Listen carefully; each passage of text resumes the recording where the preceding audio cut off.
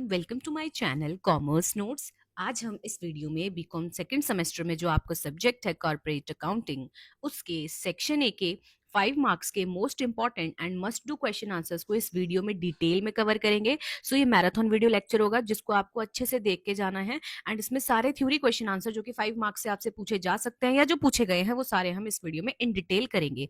सो अगर आप चैनल पे नए हो तो चैनल को सब्सक्राइब करो एंड वीडियोस देखते हो वीडियो को लाइक करो, शेयर करो, because based on your response आपके फर्दर वीडियो लेक्चर्स जो है इंपॉर्टेंट सब्जेक्ट्स के वो अपलोड होंगे।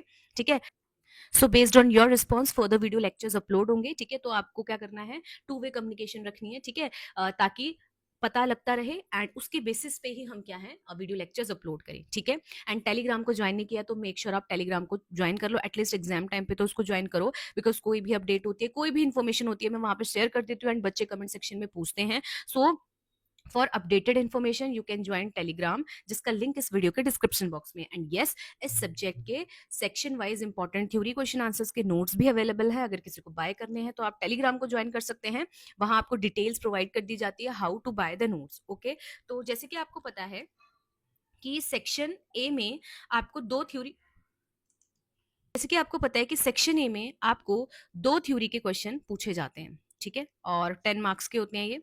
और सेक्शन बी में आपको दो थ्योरी के क्वेश्चन पूछे जाते हैं।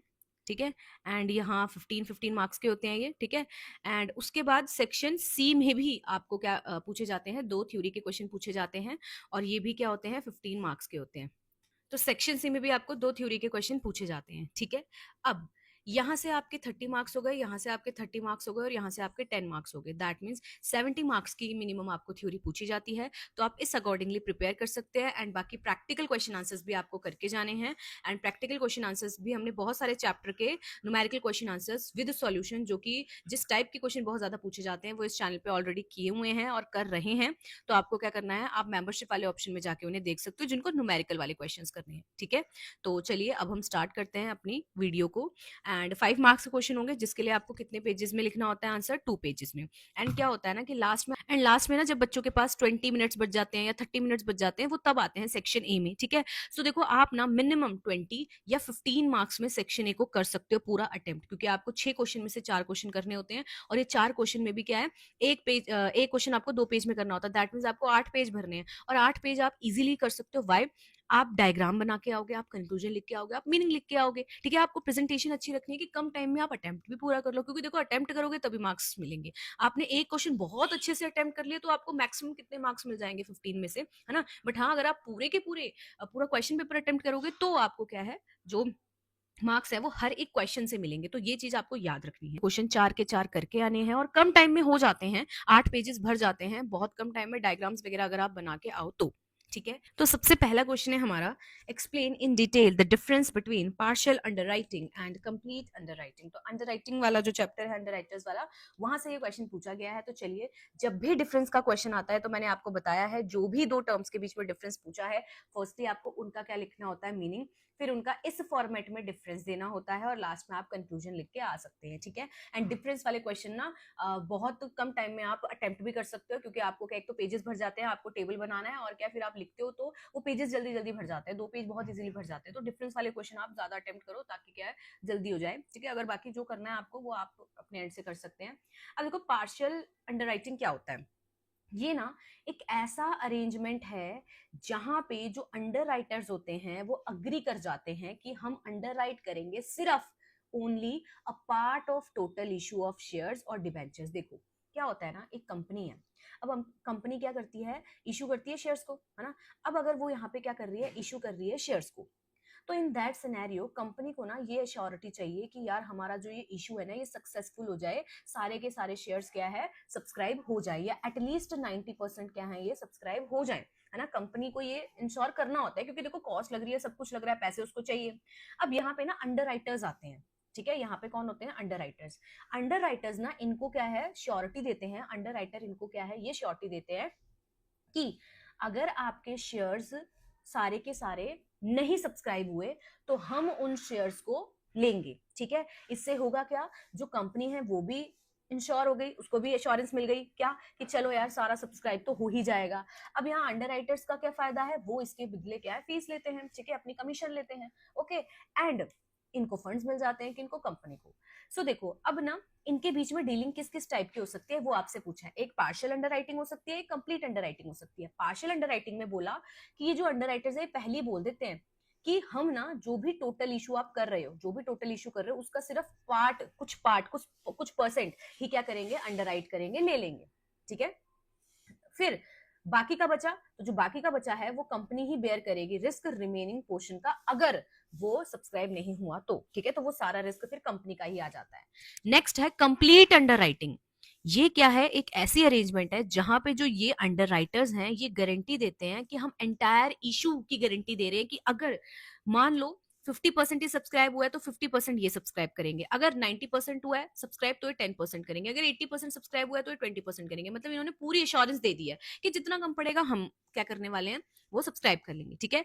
सो यहाँ पे लिखो if the public does not subscribe fully, so underwriters यहाँ पे परचेज कर लेंगे वो सारे के सारे अनसब्सक्राइब्ड शेयर्स। क्या आपको क्लियर है ये कॉन्सेप्ट? अब हम आ जाते हैं इसके डिफरेंस में, ठीक है। इसी फॉर्मेट में आपको डिफरेंस देना है, टी फॉर्मेट में देना है, ठीक है, बेसिस लिखना है, फिर जो जिनके बीच में डिफरेंस पूछा है वो आपको यहाँ पे लिख के आना है। तो पहला है कवरेज। तो पार्शियल अंडरराइटिंग में सिर्फ कवर कर रहे हैं हम कुछ पार्ट उस टोटल इशू का, पर कंप्लीट अंडरराइटिंग में हम कवर करते हैं पूरे के पूरे एंटायर इशू को। एक्सटेंट ऑफ लाइबिलिटी देखे तो यहाँ पे तो भाई अंडरराइटर की उतनी लाइबिलिटी है जितना उन्होंने अग्री किया है कि इतना पोर्शन क्या है, अगर नहीं सब्सक्राइब हुआ तो हम क्या कर लेंगे उसको सब्सक्राइब। बट यहाँ पे लाइबिलिटी क्या है, पूरे के पूरे इशू पे है कि अगर मान लो 50% भी अगर नहीं किए किसी ने सब्सक्राइब, तो 50 के 50% फिर जो रिमेनिंग है वो अंडरराइटर्स को क्या करने पड़ेंगे, सब्सक्राइब। अगर हम रिस्क देखें अंडरराइटर्स के लिए तो यहाँ पे तो कम है क्योंकि उन्होंने कुछ पार्ट की ही गारंटी दी है, यहाँ पे हाई रिस्क है ना। रिस्क फॉर कंपनी, तो यहाँ पे हाइयर रिस्क है क्योंकि यहाँ पे जो रिमेनिंग है वो किसको करना पड़ता है, कंपनी को रिस्क फेस करना पड़ता है, पर यहाँ पे कंपनी के लिए रिस्क कम है, ठीक है, क्योंकि फुल एश्योरेंस मिल गई है उसको। गारंटी ऑफ फंड्स, तो यहाँ पे कोई कंप्लीट गारंटी नहीं है, बट यहाँ पे तो फुल गारंटी है फंड्स की कि हम मिल ही जाएंगे पूरे के पूरे, क्योंकि हम इशू कर रहे हैं फंड्स के लिए, तो इशू कर रहे हैं कि फंड्स हमें मिल जाए, तो हमने इशू किया। अब सब्सक्राइब हो या ना हो अंडरराइटर्स, तो हमें क्या है वो वाला पैसा दे ही देंगे। फिर है अंडरराइटिंग कमीशन, तो यहाँ पे कमीशन लो होती है क्योंकि इन्होंने रिस्क क्या है कम लिया है, ठीक है, एश्योरेंस कम दिया है, बट यहाँ पे तो देखो ना वो रिस्क ज्यादा ले रहे हैं तो डेफिनेटली कमीशन भी क्या करेंगे, हाई चार्ज करेंगे। सुटेबिलिटी की बात करें तो ये सुटेबल है जब कंपनी एक्सपेक्ट कर रही है कि हाँ उन्हें गुड रिस्पॉन्स मिल जाएगा, ठीक है, कि ऑलमोस्ट लाइक 80% तो क्या है लोग सब्सक्राइब कर ही लेंगे, सो फॉर दैट 20% उन्होंने क्या है यहाँ पे ये चीज करवा ली। बट यहाँ पे अगर कंपनी को लग रहा है कि हाँ यार रिस्क फैक्टर है या नहीं होगा, अगर उसको लग रहा है तो फिर वो यहाँ पे सेफ्टी के लिए जा सकती है। सो ये देखो एग्जाम्पल, अंडर राइटिंग बोला इन्होंने कि हम अंडर राइटिंग करेंगे सिर्फ 50% ऑफ इशू, ठीक है, और यहाँ पे क्या बोलते हैं अंडरराइट करेंगे 100% ऑफ इशू, ठीक है। फिर आ गया कंक्लूजन। सो जो पार्शियल अंडरराइटिंग होती है ये सुटेबल है जब कंपनी कॉन्फिडेंट है कि हाँ भाई उसको फंड्स मिल ही जाएंगे पब्लिक सब्सक्रिप्शन से, ठीक है, और अगर उसको कॉस्ट कम करनी है तो। एंड कंप्लीट अंडरराइटिंग क्या है on the other hand prefer की जाती है जब कंपनी को फुल एश्योरेंस चाहिए कि उनको कैपिटल चाहिए ही चाहिए, इवन दो चलो ज्यादा कॉस्ट लग भी रही है कोई बात नहीं। फिर है next question, illustrate the treatment of final dividend given in adjustment. तो आपने देखा होगा एडजस्टमेंट्स में हमें क्या है कुछ एंट्रीज दी होती हैं, है ना, और हमें क्या है उनकी एडजस्टमेंट करनी होती है। तो कहते हैं कि ट्रीटमेंट बताओ फिर अगर फाइनल डिविडेंड है आपको एडजस्टमेंट में दिया हुआ है जब आप प्रिपेयर कर रहे हो final accounts of a company, ठीक है।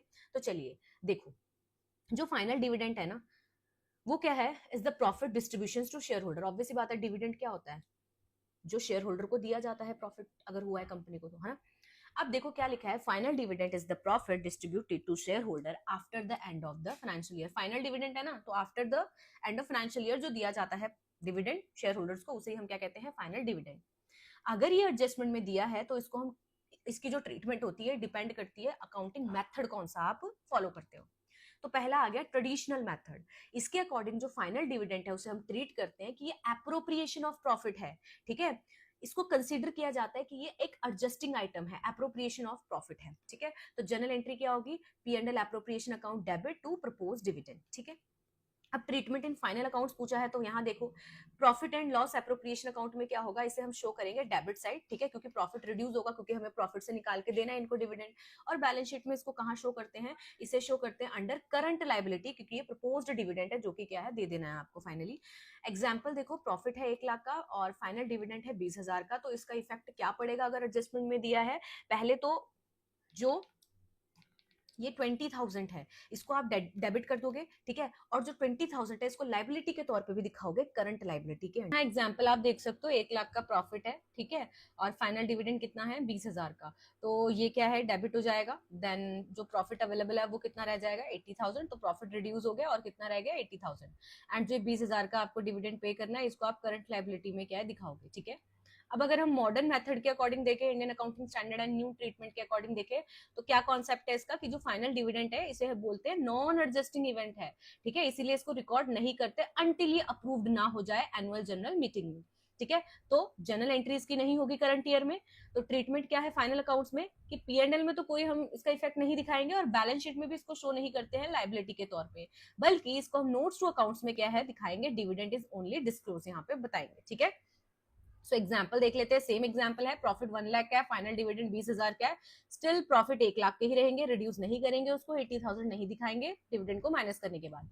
एंड ना तो इसको बैलेंस शीट में हम करंट लाइबिलिटी के तौर पे दिखाएंगे, सिर्फ जो नोट्स टू अकाउंट्स है वहां पे हम प्रपोज्ड डिविडेंड 20,000 यहाँ दिखा देंगे।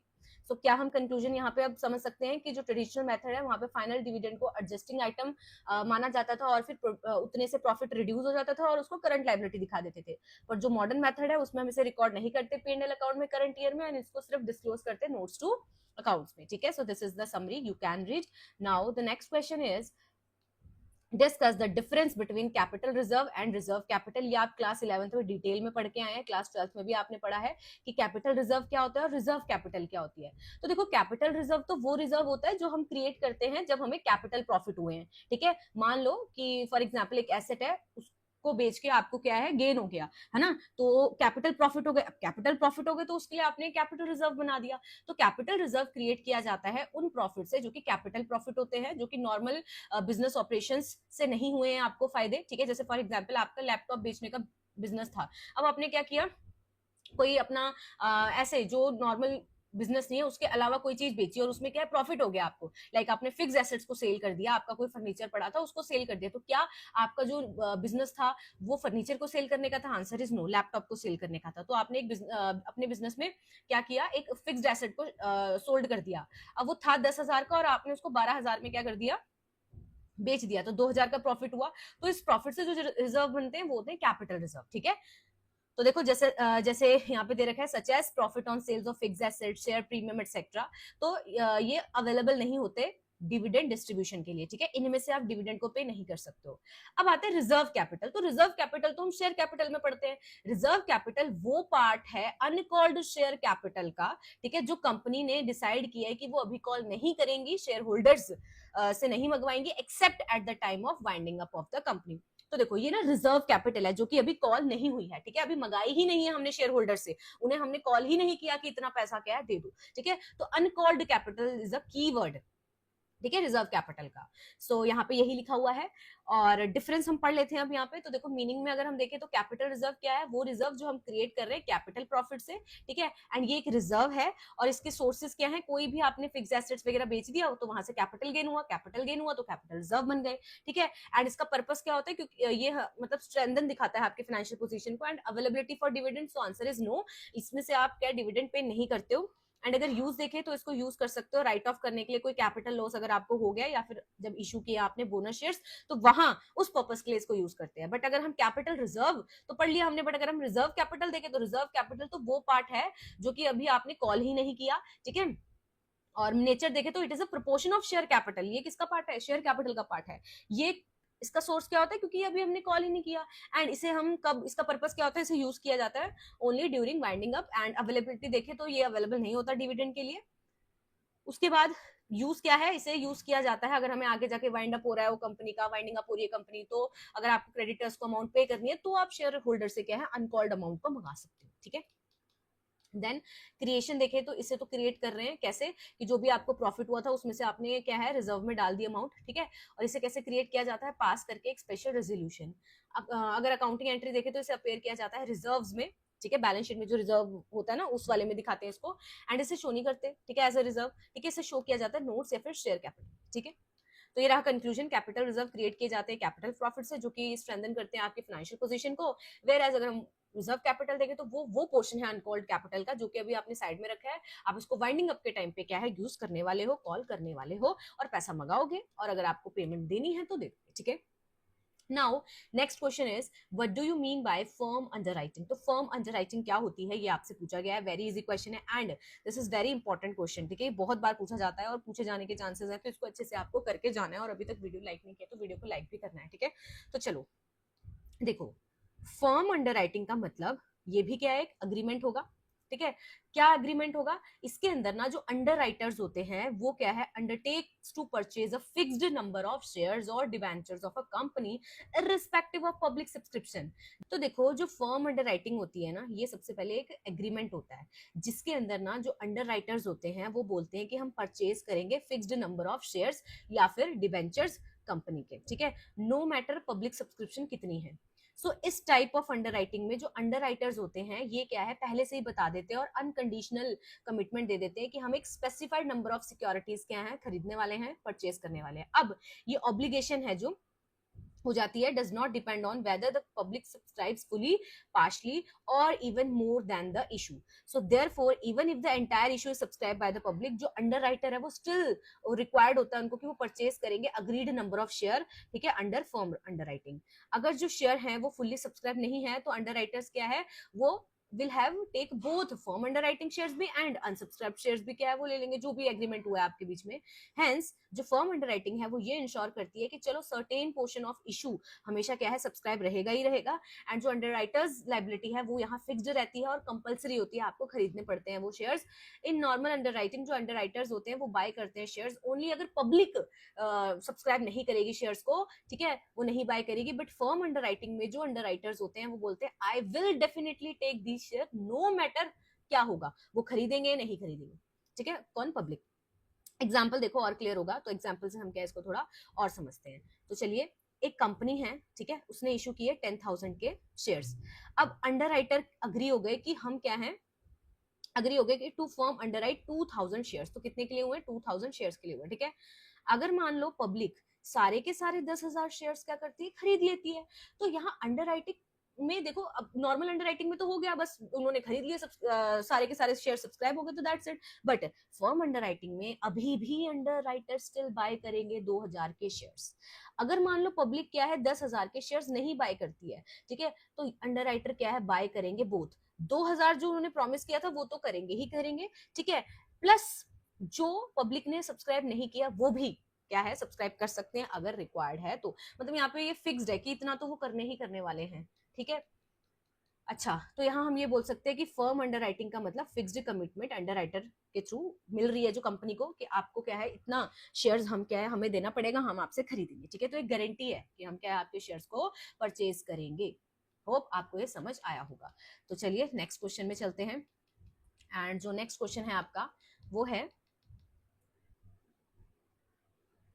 देखिए, how is loss prior to incorporation treated in the books of accounts. तो यहाँ पे क्या बोला है कि, ठीक है, लॉस प्रायर मतलब पहले, ठीक है, किसके, इनकॉर्पोरेशन के, तो उसको कैसे ट्रीट करोगे बुक्स ऑफ अकाउंट्स में, कैसे लिखोगे उस लॉस को, ये बताओ, ठीक है। तो क्या क्वेश्चन समझ आया है, चलिए अब हम आगे इसका आंसर भी देखते हैं। तो देखो, कहते हैं जो बिजनेस है, तो चलिए स्टार्ट करते हैं। कहते कोई भी लॉस जो कि इनकर किया आपने ड्यूरिंग दिस पीरियड, कौन से पीरियड में, जब when a business is take over by a company there is a period before company is legally incorporated। तो देखो अभी कंपनी लीगली इनकॉर्पोरेट नहीं हुई है, इससे पहले अगर उसको कोई भी लॉस हुआ है तो इस पीरियड के दौरान जो भी उसको लॉस हुआ है उस लॉस को बोलते हैं कि ये लॉस पहले वाला है, प्रायर टू इनकॉर्पोरेशन है। सिंस जो कंपनी है वो अभी लीगली एग्जिस्ट नहीं हुई है उस टाइम पे, सो इस लॉसेस को रिक्वायर होता है कि आप स्पेशल ट्रीटमेंट क्या अकाउंट्स में अकॉर्डिंगली करोगे। So nature of loss prior to incorporation अगर हम देखें तो देखो क्या लिखा है, जो लॉस इनकॉर्पोरेशन से पहले हुआ है उसे हम कैपिटल लॉस मानेंगे, ठीक है, ये रहा इंपॉर्टेंट जो कि आंसर है। It does not arises from the companies normal business operations. क्या आपने जो कंपनी नॉर्मल बिजनेस ऑपरेशंस करती है उससे ये लॉस हुआ, आंसर इज नो, क्योंकि तब तो कंपनी एग्जिस्ट ही नहीं कर रही थी, ठीक है, इनकॉर्पोरेट नहीं हुई थी बेसिकली। तो इसको कहेंगे हम कैपिटल लॉस, ठीक है। It relates to period when the company was not legally formed, why? Because जो वो प्रॉफिट है वो तब का है जब कंपनी लीगली इनकॉर्पोरेट हुई ही नहीं थी। देयरफॉर हम उसे क्या है कंसीडर करेंगे कि ये कैपिटल लॉस है, ना कि रेवेन्यू लॉस है। क्या इतना क्लियर हुआ? अब हम देखते हैं अकाउंटिंग ट्रीटमेंट। तो अकाउंटिंग ट्रीटमेंट से आपको और क्लैरिटी होगी। तो चलिए स्टार्ट करते हैं। तो क्या लिखा है? पहला, not debited to profit and loss account. Obvious सी बात है, जब आपके नॉर्मल बिजनेस से लॉस ही नहीं हुआ तो आप क्यों उसको डेबिट करोगे प्रॉफिट एंड लॉस अकाउंट में? तो कहते हैं इस लॉस को आप ट्रांसफर नहीं करोगे पी एंड एल अकाउंट में, बिकॉज कंपनी बेयर क्यों करे इस लॉस को जब वो एग्जिस्ट ही नहीं कर रही है लीगली, ठीक है? It doesn't relate to the current business operation, क्योंकि वो करंट बिजनेस ऑपरेशन से रिलेटेड नहीं है। Then transfer to a separate account. तो अब क्या करें फिर इस लॉस का? तो इस लॉस को ट्रांसफर किया जाता है एक स्पेशल अकाउंट में, जिसे हम बोलते हैं loss prior to incorporation account, ठीक है? Third, shown in balance sheet. कहते हैं इसे शो किया जाएगा एसेट साइड पे बैलेंस शीट की। ओके, तो किस हेड के अंदर? मिसलीनियस एक्सपेंडिचर या फिर जो फिक्टिशियस एसेट होता है उस हेड के अंदर। This is because it is not real asset, but हाँ जो लॉस है उसे हम राइट ऑफ करेंगे फ्यूचर में, ठीक है? Then method of writing off क्या होता है? तो मेथड ऑफ राइटिंग ऑफ का मतलब लॉस जो हुआ है इनकॉर्पोरेशन से पहले उसे राइट ऑफ किया जाता है धीरे धीरे ग्रेजुअली यूज करके कैपिटल प्रॉफिट्स को, क्योंकि कैपिटल लॉस है ना, तो इसको कैपिटल प्रॉफिट से ही क्या है हम वो करेंगे, खत्म करेंगे, ठीक है? सो सिक्योरिटी प्रीमियम अकाउंट से हो गया जो प्रॉफिट या जनरल रिजर्व या अदर रिजर्व है, ठीक है? तो यहाँ से हम इसको धीरे धीरे क्या ग्रेजुअली खत्म करेंगे, राइट ऑफ करेंगे। It is not right of from revenue profit directly. तो रेवेन्यू प्रॉफिट है जो उससे डायरेक्टली इसको हम खत्म नहीं करेंगे, ठीक है? होप आपको ये भी समझ आया होगा। अब हम आगे चलते हैं, एक एग्जाम्पल पढ़ते हैं। एग्जाम्पल क्या है? एक कंपनी है, उसने टेक ओवर किया, एक कंपनी है उसने टेक ओवर किया एक बिजनेस को 1 जनवरी को, बट इनकॉर्पोरेट हुई वो 1 अप्रैल को। तो वो 1 अप्रैल को इनकॉर्पोरेट हुई है ना, और उसने टेक ओवर कब किया था? 1 जनवरी को। तो इस दौरान वो बिजनेस तो चल रहा होगा, तो उसके कुछ तो लॉस हुए होंगे। तो कहते हैं लॉस मान लो जनवरी से मार्च तक कितना हो गया? 30,000 हो गया। तो अब इसका क्या ट्रीटमेंट करें? तो ट्रीटमेंट आपसे पूछा है, तो ट्रीटमेंट देख लेते हैं। कहते हैं ये जो 30,000 है इसे पहले तो हम डेबिट नहीं करेंगे पी एंड एल अकाउंट में, नहीं करेंगे तो क्योंकि कैपिटल लॉस, अब कैपिटल लॉस है तो इसके लिए अलग से क्या है एक अकाउंट बनता है जिसे हम क्या बोलते हैं? Loss prior to incorporation account. इसमें हम क्या कर देंगे? इसको ट्रांसफर, एंड इसको बैलेंस शीट में क्या है फिक्टिशियस एसेट हेड के अंदर दिखाएंगे। लेटर इसको राइट ऑफ करते रहेंगे रिजर्व या फिर कैपिटल प्रॉफिट को यूज करके। तो कुछ इंपॉर्टेंट पॉइंट आपको ध्यान में रखने हैं। पहली बात ये कैपिटल लॉस है, दूसरा ये फिक्टिशियस एसेट के तौर पे से शो करते हैं बैलेंस शीट में, and it is not charge to current year profit. Obviously बात है करंट ईयर के प्रॉफिट से हम इसको नहीं राइट ऑफ करने वाले हैं, एंड इसको राइट ऑफ किया जाता है over the period of time. So conclusion देखो क्या लिखा हुआ है? लॉस प्रायर टू इनकॉर्पोरेशन को ट्रीट किया जाता है कैपिटल लॉस, ठीक है? क्योंकि उस टाइम पे कंपनी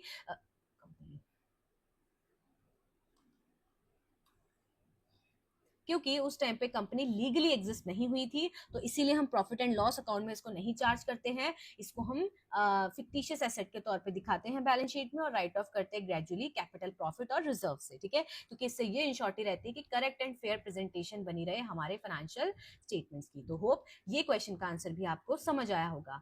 नाउ नेक्स्ट क्वेश्चन है हमारा, what our own debentures and explain करो डिटेल में। तो चलो पहले इंट्रोडक्शन देख लेते हैं।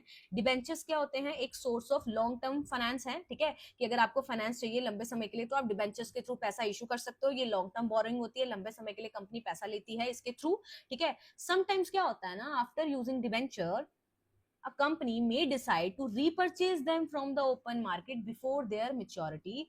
Such debentures are known as own debenture. तो इसमें क्या बोला, यहाँ मीनिंग में देखेंगे तो और क्लियर होगा। देखो क्या होता है ना, एग्जाम्पल से समझते हैं। फॉर एग्जाम्पल कि एक कंपनी है, उस कंपनी का नाम हम दे देते हैं यहाँ पे कंपनी ए है।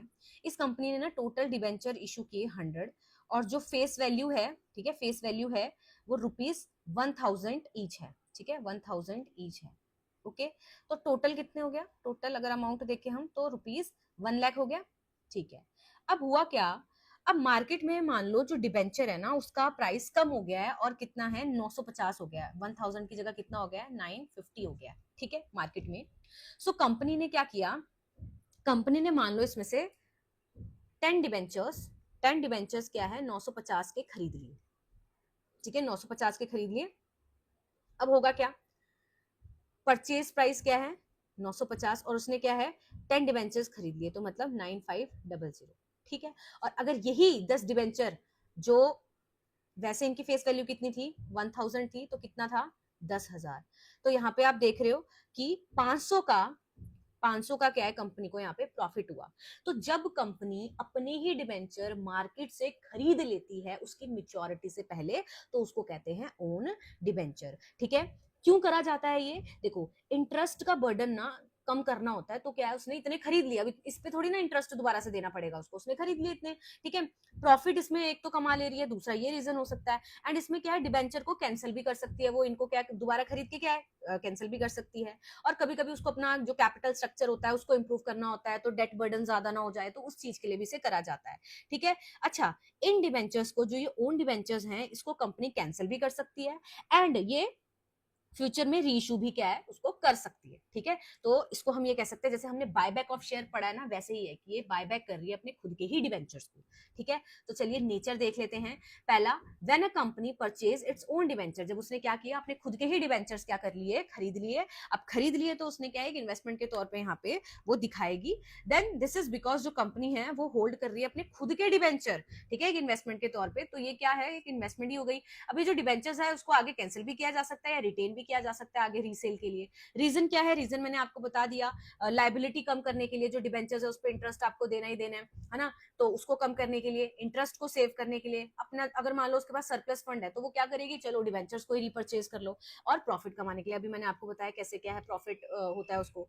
अकाउंटिंग ट्रीटमेंट क्या है, तो ओन डिबेंचर को शो किया जाता है एसेट साइड बैलेंस शीट के अंडर द हेड इन्वेस्टमेंट। ठीक है, अगर उसे कैंसिल कर दिया जाएगा तो डिबेंचर लाइबिलिटी रिड्यूस हो जाएगी उस अकॉर्डिंगली, और कोई भी प्रॉफिट या लॉस हुआ है परचेज करके डिबेंचर्स को, ठीक है, तो उसे ट्रांसफर कर दिया जाता है कैपिटल रिजर्व या फिर प्रॉफिट एंड लॉस अकाउंट में, डिपेंड करता है नेचर क्या है।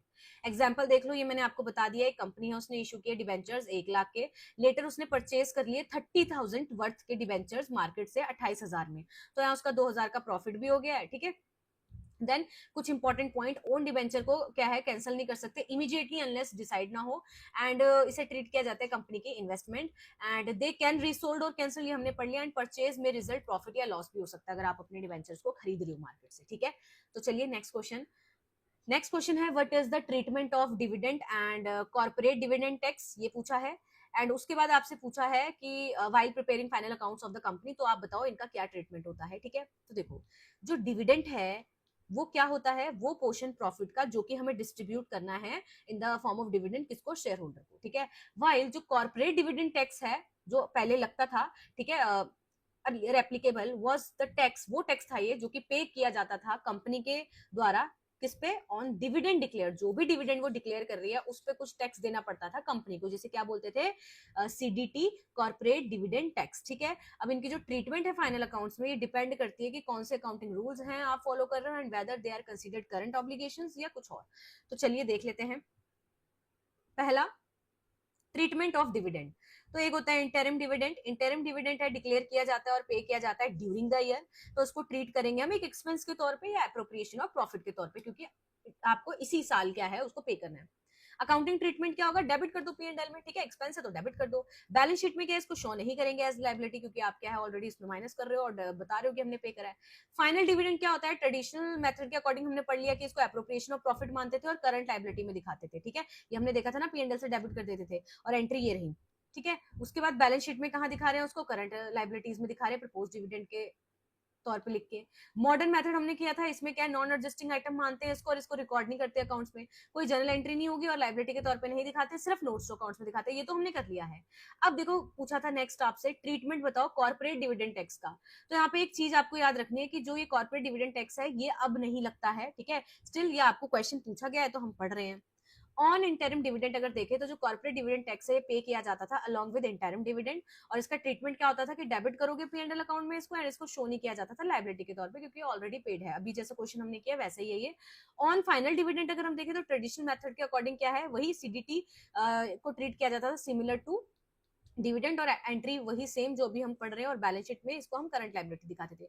और मॉडर्न मेथड के अकॉर्डिंग जो सीडीटी है इसे रिकॉग्नाइज नहीं किया जाता अंटिल डिविडेंड अप्रूव ना हो जाए। अभी हमने देखा था ना कि एनुअल जनरल मीटिंग में जब तक वो अप्रूव ना हो जाए। तो ट्रीटमेंट देखो, no entry in current year, only disclose करते हैं इसको नोट्स टू अकाउंट्स में। ठीक है, सो ये रहा समरी टेबल, आप ये देख सकते हैं।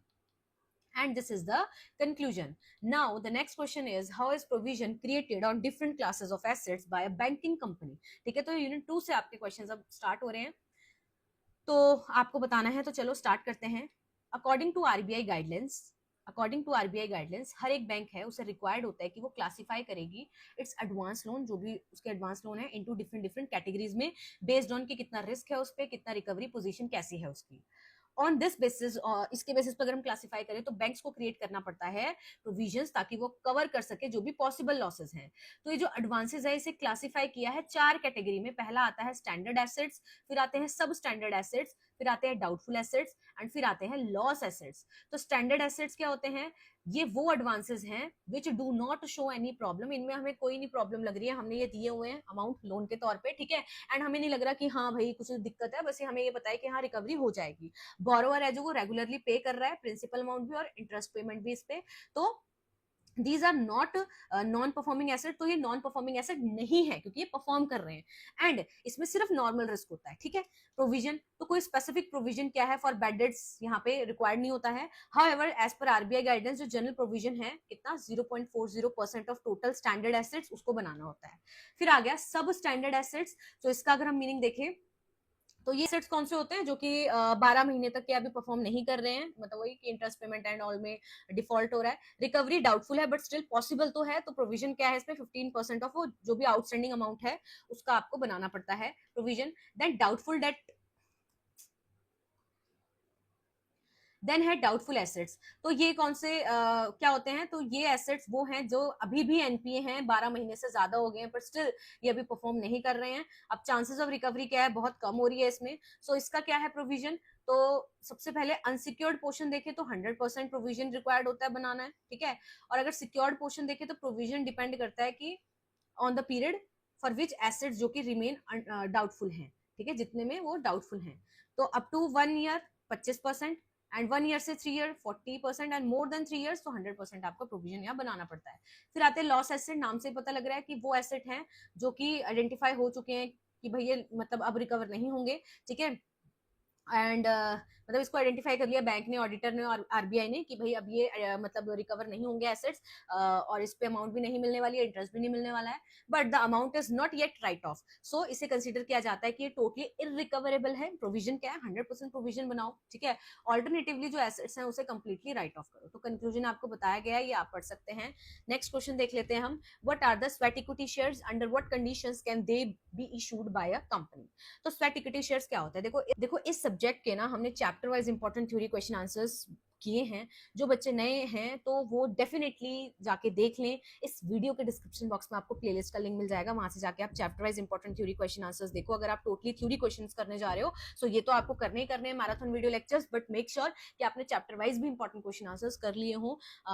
या तो आप सर्च कर सकते हैं या तो आपको प्लेलिस्ट में मिल जाएंगे, या टेलीग्राम को ज्वाइन करो, वहां पे आपके एग्जाम जो होता है उस अकॉर्डिंगली क्या है प्लेलिस्ट को शेयर कर दिया जाता है, ठीक है। और ज्यादा से ज्यादा आपने भी इस वीडियो को शेयर करना है, क्योंकि आपके रिस्पॉन्स जैसा आएगा उस हिसाब से फिर आपके जो एग्जाम्स हैं उनके अकॉर्डिंगली क्या है मैराथन वीडियो लेक्चर्स लाए जाएंगे। तो ज्यादा से ज्यादा शेयर भी करो, बाकियों को भी बताओ।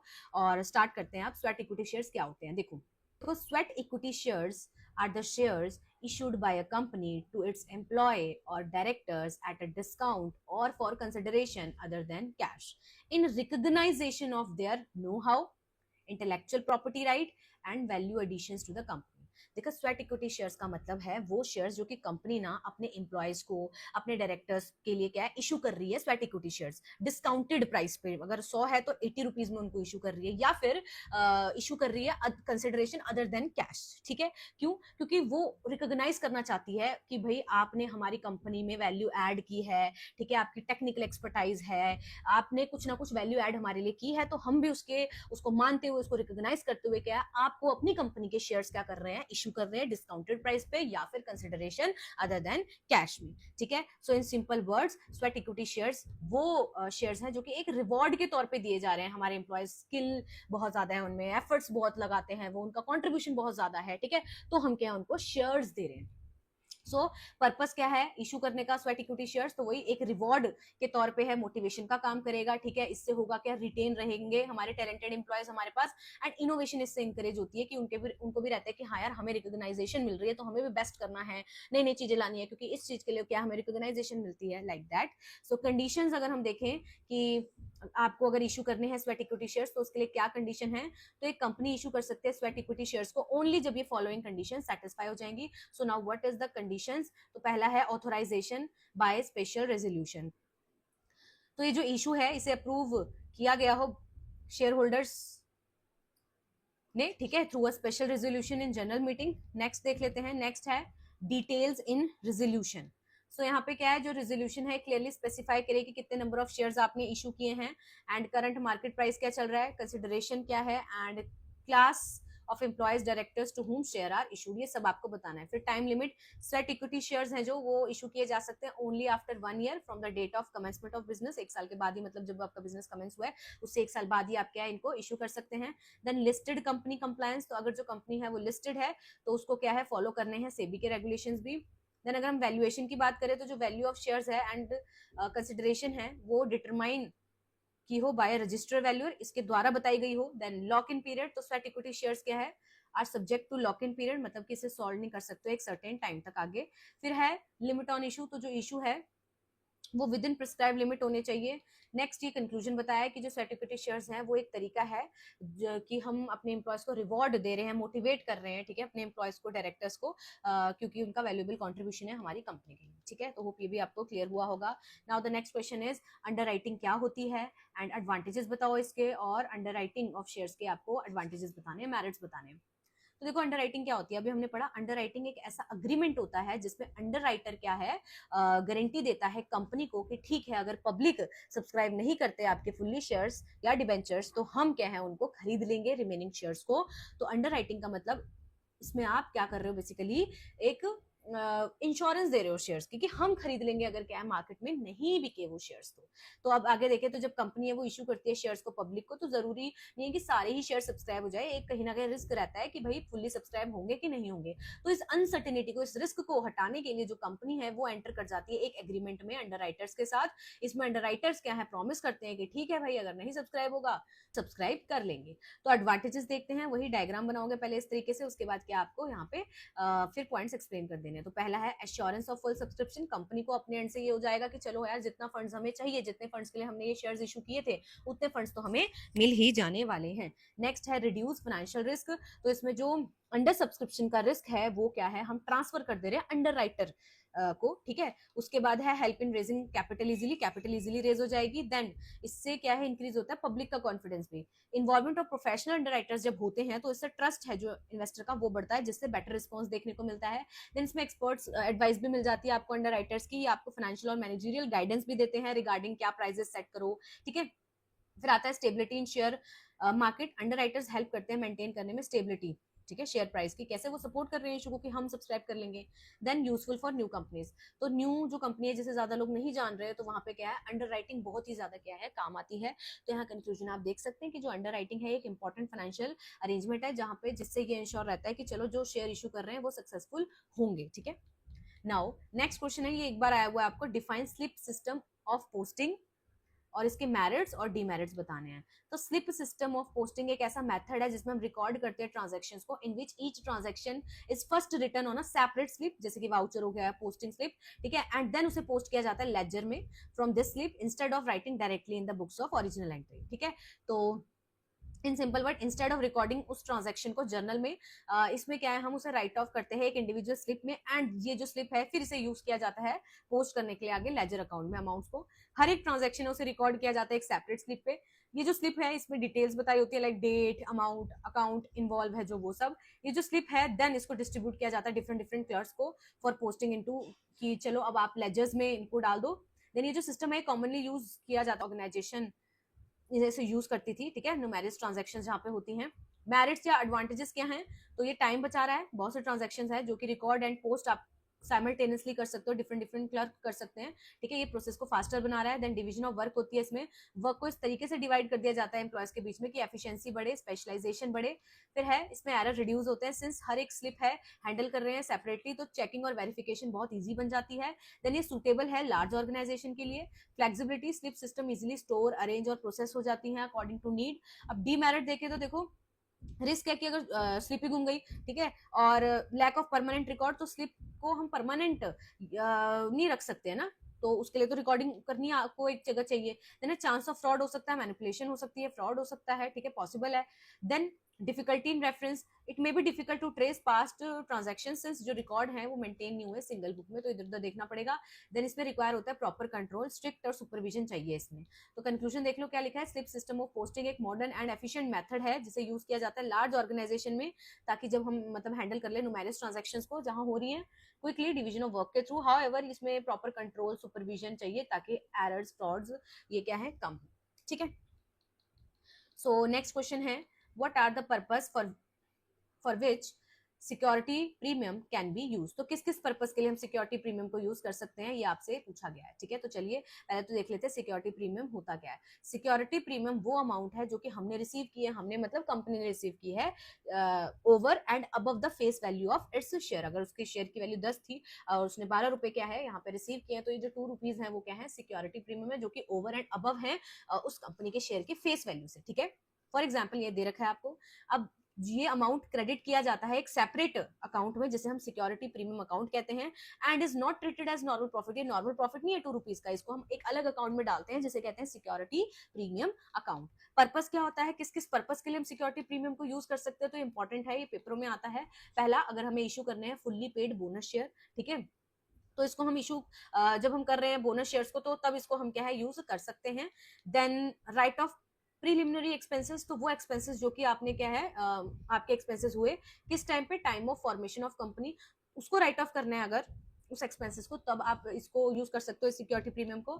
Then write off expenses on issue of debenture and shares, तो जब आप क्या शेयर्स को इशू कर रहे हो, डिबेंचर्स को इशू कर रहे हो, तो उस दौरान जो खर्चे आ रहे हैं उसको राइट ऑफ करने के लिए आप इस एसपी अकाउंट को यूज कर सकते हो। देन आ गया writing of discount on issue of shares and debenture, तो अगर जो शेयर्स है या डिबेंचर्स है उसे इशू कर रहे हो डिस्काउंट पे और लॉस हो गया वहां पे, तो फिर इसमें क्या है आप सिक्योरिटी प्रीमियम अकाउंट को यूज कर सकते हो।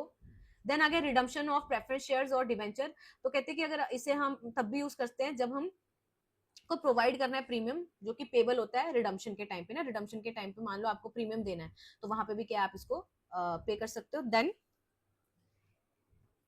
बायबैक ऑफ शेयर, तो कहते हैं इसको हम तब भी यूज कर सकते हैं बायबैक जब हमको करने हैं खुद के शेयर्स। उसके बाद ये इंपॉर्टेंट पॉइंट है, देन ये रहा कंक्लूजन, ठीक है। ये 5 मार्क्स के इंपॉर्टेंट क्वेश्चन आंसर ऑलरेडी कर लिए हैं, अगर आपने अभी तक नहीं देखे तो अगेन इस वीडियो के ही डिस्क्रिप्शन बॉक्स में जाओ, प्लेलिस्ट मिल जाएगी जिसमें अभी तक हमने जितने भी क्वेश्चन आंसर्स किए ना रिलेटेड टू दिस, वो सारे आपको वहां देखने को मिल जाएंगे, ठीक है। तो लेट्स स्टार्ट द वीडियो। पहला क्वेश्चन है, so the first question is what do you mean by buyback of shares। तो buyback of shares क्या होते हैं, एंड आपको बतानी है कंडीशंस या प्रोविजंस जो कि फुलफिल होने चाहिए अगर आपको बायबैक ऑफ शेयर्स करने हैं। तो मतलब अगर आपको खुद के शेयर्स को दोबारा से वापस लेना है तो देयर आर सम कंडीशंस और the provisions which is mentioned and वो फुलफिल होने चाहिए, तभी आप क्या कर सकते हो, बायबैक कर सकते हो अपने शेयर्स को। सो क्या क्वेश्चन क्लियर है? ओके तो चलिए अब हम आंसर की तरफ चलते हैं। सो पहला ऑब्वियसली आप मीनिंग दोगे क्या होते हैं बायबैक ऑफ शेयर्स का क्या मतलब होता है। तो देखो बायबैक ऑफ शेयर्स का मतलब परचेज करना खुद के ही शेयर्स को, ठीक है, अपने ही शेयर को कंपनी क्या कर रही है, खरीद ले रही है, ठीक है, from its existing share holders, जो उसके एग्जिस्टिंग शेयर होल्डर्स है जिनके पास उस कंपनी के शेयर है, उन्हीं को बोला जा रहा है कि आप हमारे शेयर्स क्या है हमें वापस दे दो, हम क्या है इसको दोबारा से खरीदना चाहते हैं, या फिर वो क्या है मार्केट में जाके खरीद ले रही है अपने शेयर्स को, ठीक है, दोनों केस हो सकते हैं। सो इन सिंपल वर्ड्स जो कंपनी है वो क्या कर रही है, रिटर्न कर रही है मनी शेयर होल्डर को एंड वापस से क्या है अपने शेयर्स को ले रही है। इससे होगा क्या, उस कंपनी की जो शेयर कैपिटल थी वो अब कम हो जाएगी क्योंकि उसने शेयर्स को क्या कर दिया, कम मतलब अपने पास ले लिया, खत्म हो गए उसके उतने शेयर्स, है ना। सो अब हम प्रोविजंस देख लेते हैं कि क्या क्या प्रोविजन है। So provisions of Companies Act 2013 relating to buyback of shares जो कि सेक्शन 68 में आपको बताया है, ठीक है। सो according to section 68 of companies act 2013 जो फॉलोइंग कंडीशंस है वो सेटिस्फाइड होनी चाहिए। क्या है, सबसे पहले shares for buyback must be fully paid up, कहते हैं वो शेयर्स वो सिक्योरिटीज जो आप खरीदने जा रहे हो वापस से, वो पहली बात तो फुल्ली पेड अप होने चाहिए। अगर पार्टली पेड शेयर्स हैं तो उनको कभी भी आप ब्रॉडबैक नहीं कर सकते हो, पहले उसको फुल्ली पेड बनाओ, उसके बाद ही उन्हें क्या है आप वापस ले सकते हो। दैट मीन्स कि अगर आपने उस अभी 10 रुपीज की अगर वो है, मतलब 10 रुपीज उसकी फेस वैल्यू और आपने कितना मंगाया, अभी सिर्फ 8 रुपीज मंगाया, तो पहले तो फुल्ली पेड अप करो, 2 रुपीज की कॉल करो, तभी आप क्या कर सकते हो, इसको बाय बैक कर सकते हो, ठीक है। सेकंड है buyback must be authorized by article of association. कहते हैं आर्टिकल ऑफ एसोसिएशन अलाउ करे कि आप क्या है बायबैक कर सकते हो, ठीक है। अगर उसने नहीं अलाउ किया है तो पहले आप अमेंड करो अपने आर्टिकल ऑफ एसोसिएशन को, देन फिर आप बायबैक कर सकते हो। Third, special resolution. कहते हैं स्पेशल रेजोल्यूशन आपको पास करना है जनरल मीटिंग में, ठीक है, ताकि बायबैक अप्रूव हो जाए। हाउएवर अगर जो बायबैक है वो 10% या उससे कम है paid up capital plus free reserve के, तो बोर्ड रेजोल्यूशन क्या है सफिशिएंट होता है।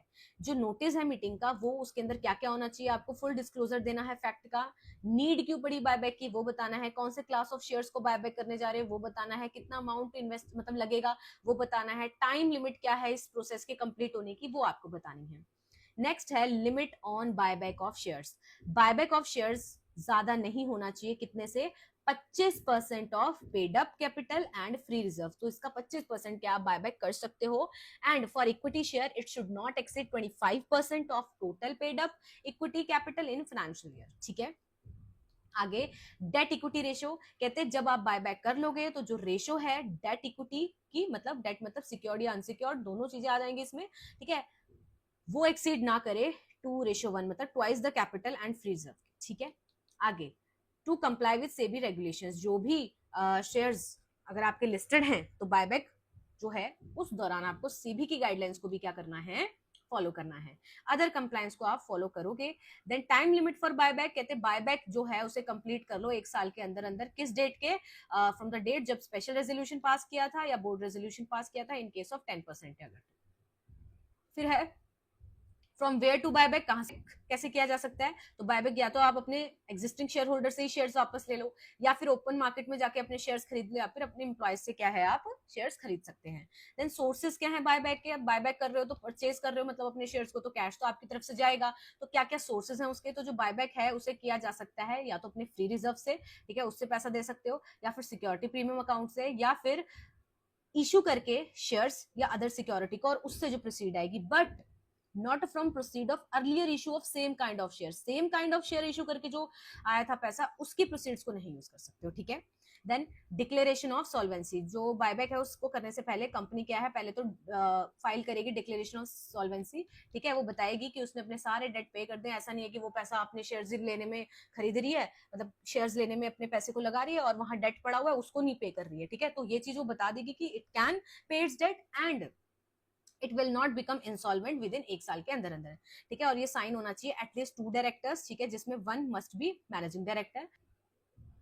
नेक्स्ट है फिजिकली डिस्ट्रॉय शेयर्स। तो जो भी शेयर्स आपने ब्रॉड बैक किए हैं उसे कैंसिल करो और डिस्ट्रॉय करो 7 दिन के अंदर अंदर, जब भी कंप्लीट हुई है प्रोसेस। उसके बाद है रिस्ट्रिक्शंस ऑन फर्दर इशू। एक बार अगर बायबैक कर लिया तो कंपनी इशू नहीं कर सकती है सेम काइंड ऑफ शेयर 6 महीने के अंदर अंदर, एक्सेप्ट बोनस शेयर कर सकती है, वो कन्वर्जन ऑफ सिक्योरिटीज कर सकती है, स्टॉक ऑप्शन या स्वेट इक्विटी शेयर्स वो इशू कर सकती है। फिर है maintenance of register.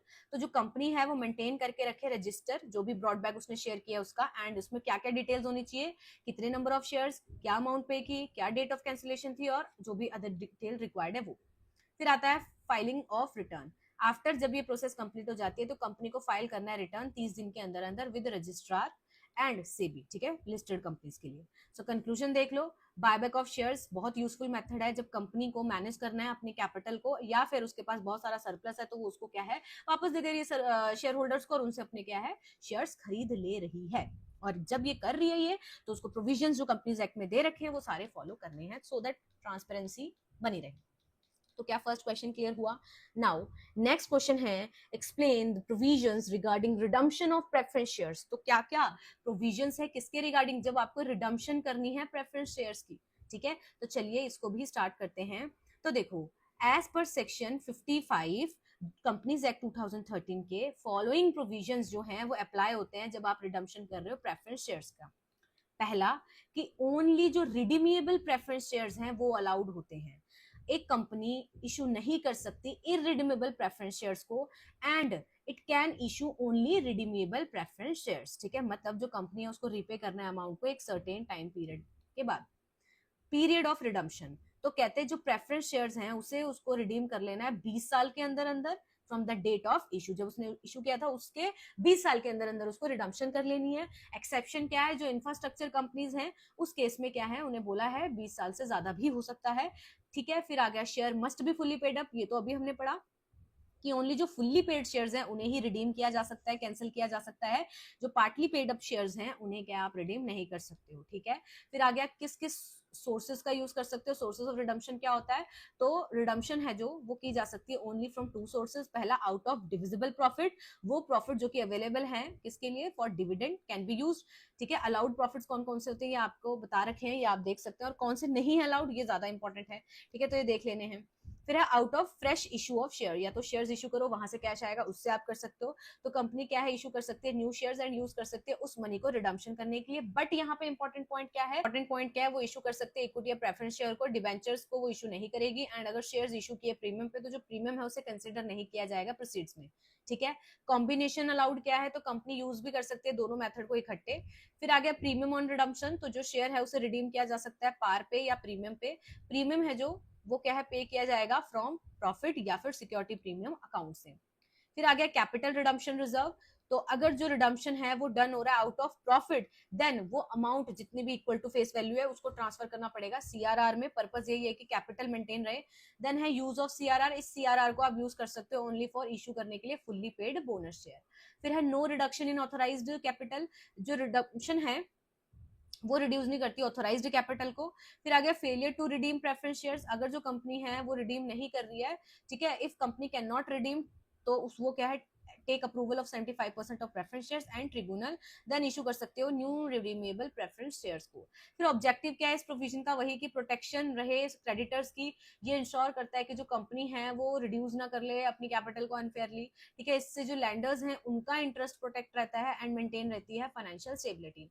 So this is the conclusion you can read. Now the next question is, what do you mean by buyback of shares? हमने ऑलरेडी पढ़ लिया एंड आपको प्रोविजंस बताने हैं, ठीक है, तो ये हमने पढ़ लिए हैं। बायबैक ऑफ शेयर्स का मीनिंग पढ़ लिया हमने, एंड लीगल प्रोविजंस जो दे रखे हैं सेक्शन 68 में वो भी हमने पढ़ लिया कि क्या सोर्सेज होंगे, कहाँ कहाँ से बायबैक कर सकते हैं। तो फ्री रिजर्व है जो वहां से सिक्योरिटी प्रीमियम अकाउंट से और proceed of issue of shares, ठीक है। पर इंपॉर्टेंट क्या पढ़ा था हमने, same kind of shares issue करके उसकी प्रोसीड यूज नहीं कर सकते। फिर हमने देखा कि ऑथराइजेशन आपको आर्टिकल ऑफ एसोसिएशन से मिलनी चाहिए, देन अप्रूवल होना चाहिए, ठीक है, और लिमिट भी है बायबैक की। देन डेट इक्विटी रेशियो अभी हमने देखा 2:1 होनी चाहिए। Then fully paid up shares ही होने चाहिए, पार्टली पेड अप शेयर्स का बायबैक नहीं हो सकता। मेथड क्या क्या हो सकता है, ओपन मार्केट में जा सकते हो, टेंडर ऑफर हो सकता है, ऑड लॉट होल्डर्स हो सकते हैं, या फिर एम्प्लॉय से ले सकते हो अपने शेयर्स को। देन टाइम लिमिट क्या है कंप्लीट करने के बायबैक को, तो 1 साल के अंदर अंदर।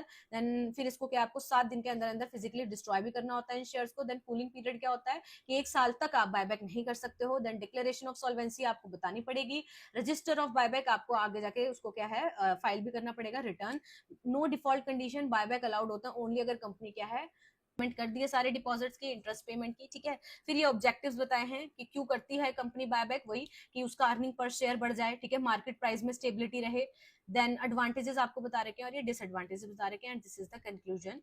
And the next question is main provisions of company law regarding managerial remuneration. देखो ये जो है ना आपका चैप्टर, ये चैप्टर मैंने आपको करवाया है, यहाँ से एक क्वेश्चन बनता है थ्योरी का, ठीक है, और ये मैंने एक पूरा चैप्टर आपको अच्छे से करवाया है। वहां जाके ना आपको डिटेल में करना है तो आप वहां जाके कर सकते हैं, हम यहाँ पढ़ते हैं।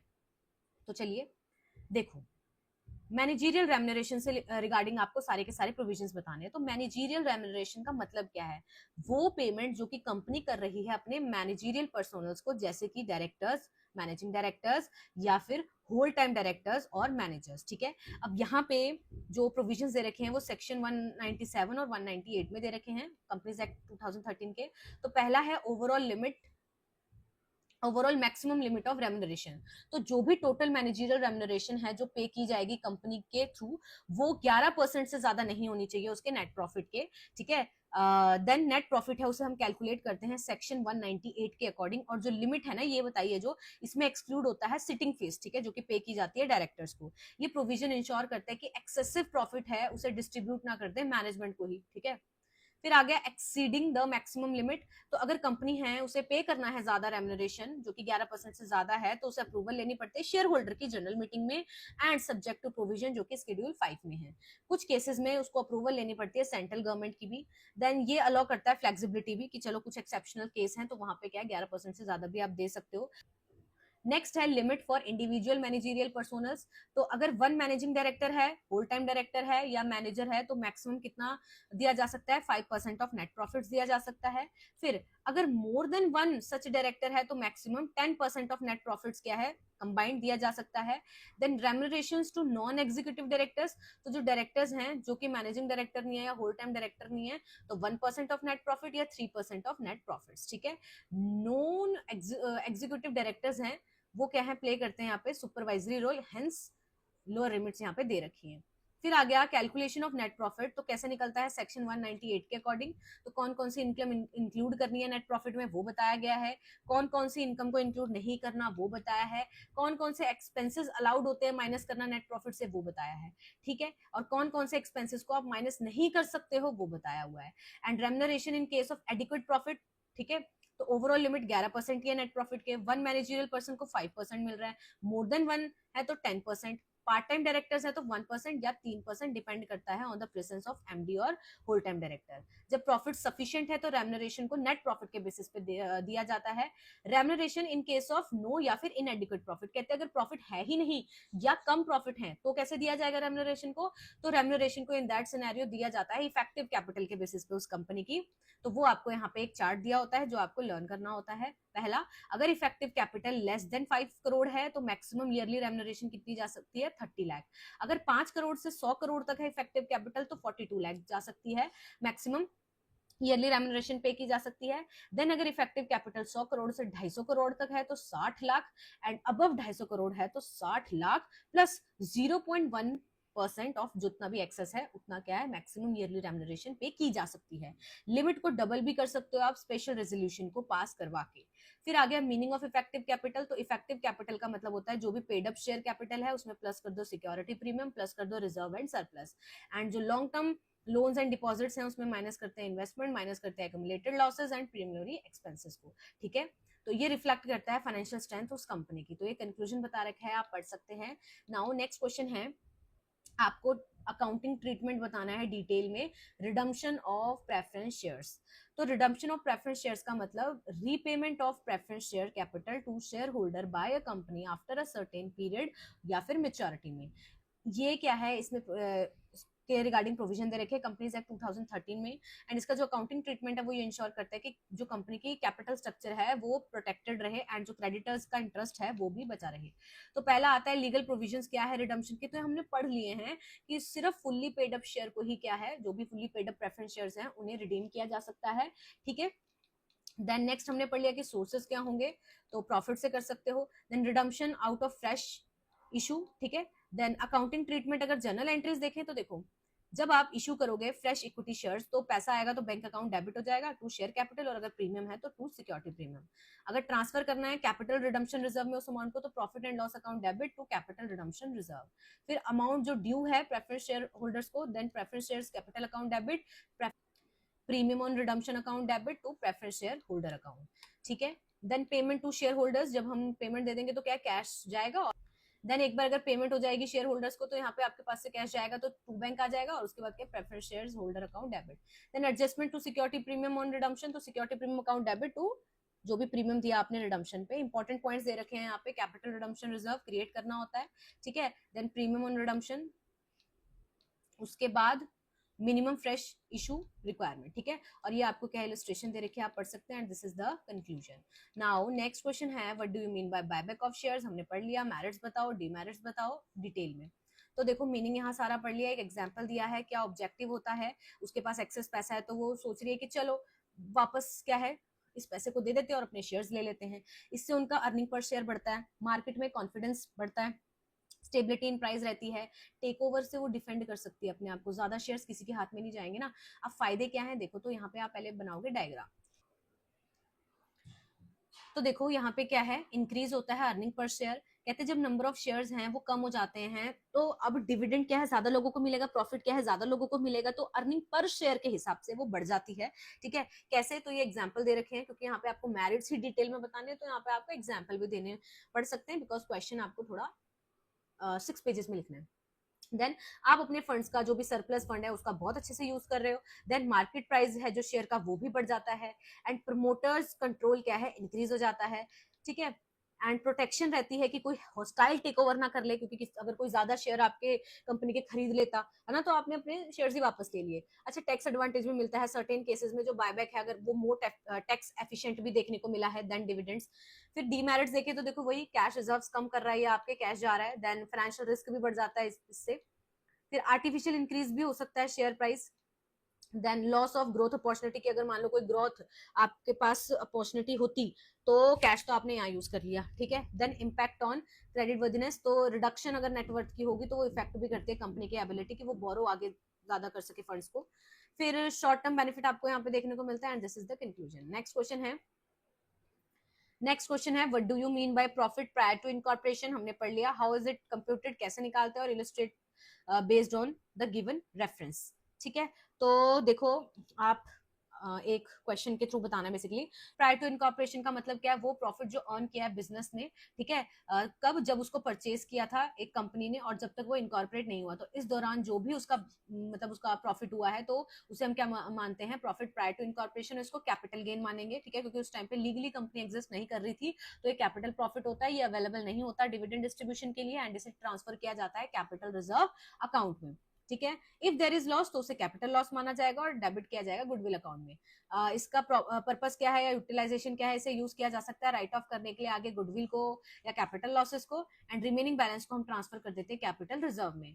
कैसे कंप्यूट करते हैं इसको, तो अगर हमें कंप्यूट करना है प्रॉफिट को, तो जो टोटल प्रॉफिट है ईयर का उसे डिवाइड करते हैं प्री इनकॉर्पोरेशन पीरियड और पोस्ट इनकॉर्पोरेशन पीरियड। इसे किया जाता है using the following step.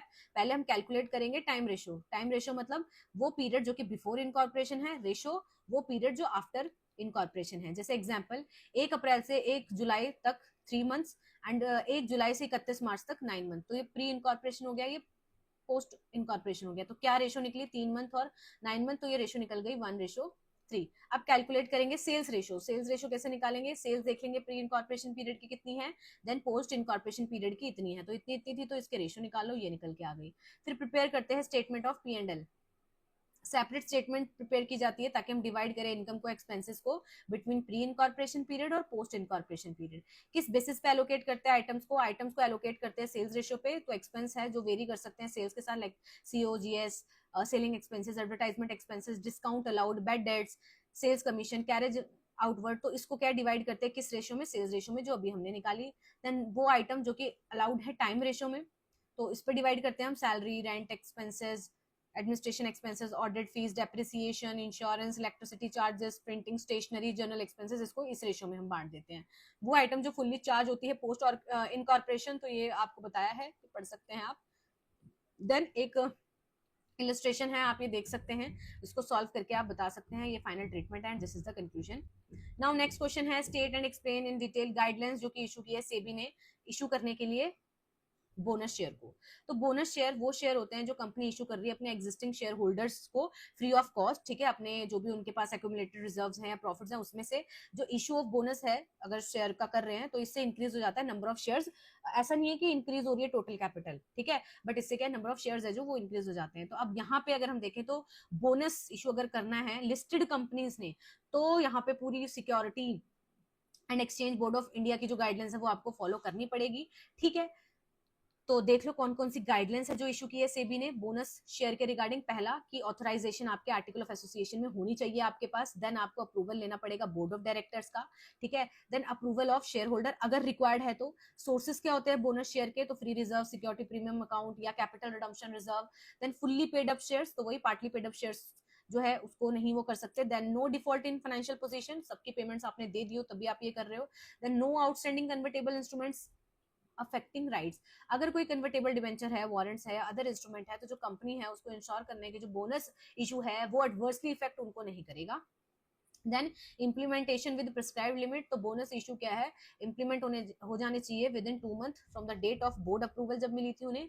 And जो शेयर होल्डर अप्रूवल है वो रिक्वायर्ड होती है तो within 2 month from the date of such approval. No withdrawal after announcement, एक बार अनाउंसमेंट कर दी तो फिर आप मना नहीं कर सकते हो, विड्रॉल नहीं कर सकते हो। देन प्रोपोर्शनेट अलॉटमेंट होती है, बोनस शेयर्स को क्या इशू किया जाता है एग्जिस्टिंग शेयर होल्डर को किस प्रोपोर्शन में, जितने प्रोपोर्शन में उन्होंने एग्जिस्टिंग शेयर्स को होल्ड किया है। Then no issue out of borrowed fund, obviously बात है बोरो करके लाए फंड्स तो उसको किसी पर्पस के लिए लगाओगे, बोनस इशू के लिए नहीं लगाओगे।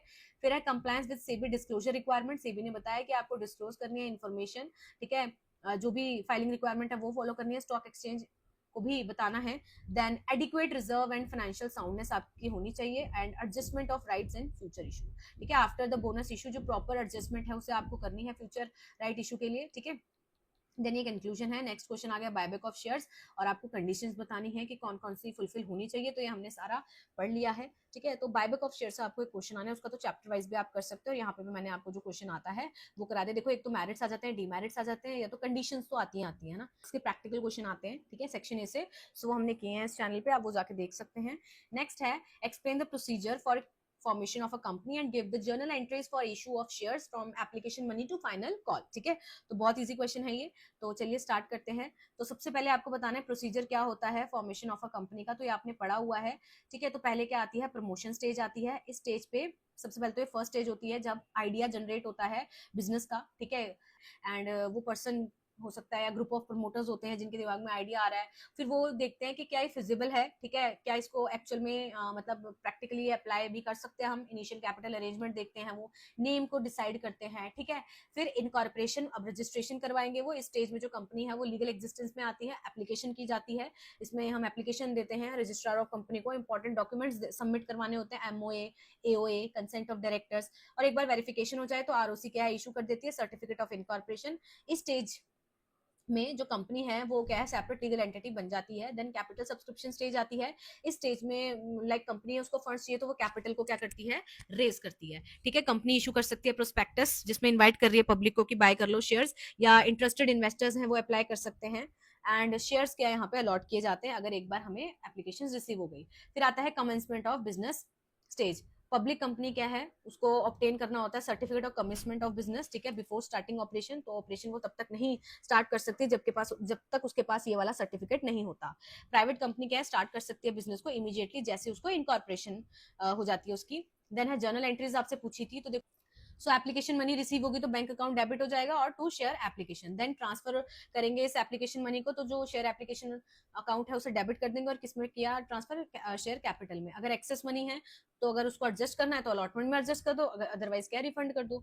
फिर अलॉटमेंट मनी ड्यू की एंट्री आती है कि जो शेयर अलॉटमेंट अकाउंट है वो डेबिट टू शेयर कैपिटल। अब उसके बदले अगर पैसा मिल गया है तो bank account debit to share allotment. फिर फर्स्ट कॉल की एंट्री होगी, ठीक है, फिर उसका पैसा मिलेगा कंपनी को। फिर सेकंड कॉल की एंट्री होगी और उसका पैसा कंपनी को मिलेगा। तो ये कंक्लूजन है।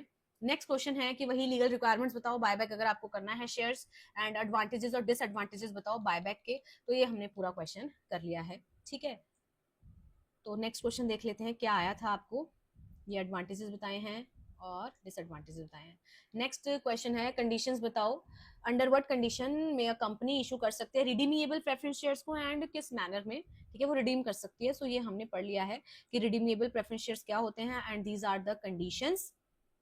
ठीक है, लाइक सोर्सेज क्या हो सकते हैं। ठीक है, ये सारा हमने यहाँ पे देख लिया है। नेक्स्ट है शेयर कैपिटल क्या होती है, मीनिंग बताओ different different type of share capital का, एंड कैसे इसको हम शो करते हैं बैलेंस शीट में। तो शेयर कैपिटल आपको पता है वो अमाउंट ऑफ मनी जो कि रेज कर रही है कंपनी इशू करके अपने शेयर्स कंपनी के शेयर होल्डर्स को। ये रिप्रेजेंट करता है ओनरशिप या कॉन्ट्रीब्यूशन शेयर होल्डर की उस कंपनी में। ठीक है, तो टाइप ऑफ शेयर कैपिटल क्या है आप सबको पता है, ऑथोराइज्ड या नॉमिनल कैपिटल होती है। ये मैक्सिमम अमाउंट होती है जो कंपनी क्या है इशू कर सकती है।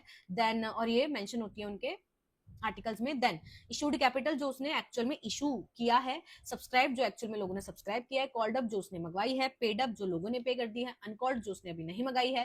ठीक है, शेयर्स जो नहीं मंगाए हैं। देन रिजर्व कैपिटल क्या है, अभी हमने पढ़ा, ये अनकॉल्ड कैपिटल है जो कंपनी ने डिसाइड किया कि अभी नहीं मंगाने वाले हम, ये वाइंडिंग अप के टाइम पे हम मंगा सकते हैं। देन कैसे कैसे इसको प्रेजेंट करते हैं बैलेंस शीट में, तो फॉर्मेट आप देख सकते हैं, आपको पता है format of share capital in balance sheet. तो शेयर कैपिटल यहाँ पे ऑथोराइज्ड कैपिटल आती है, फिर इशूड कैपिटल, फिर सब्सक्राइब्ड कैपिटल, फिर कॉल्ड अप कैपिटल। इसमें माइनस कर देते हैं कोई कॉल इन एरियर्स हैं, या फिर ऐड कर देते हैं कॉल इन एडवांस को, तो क्या निकल के आ जाएगी, paid up capital.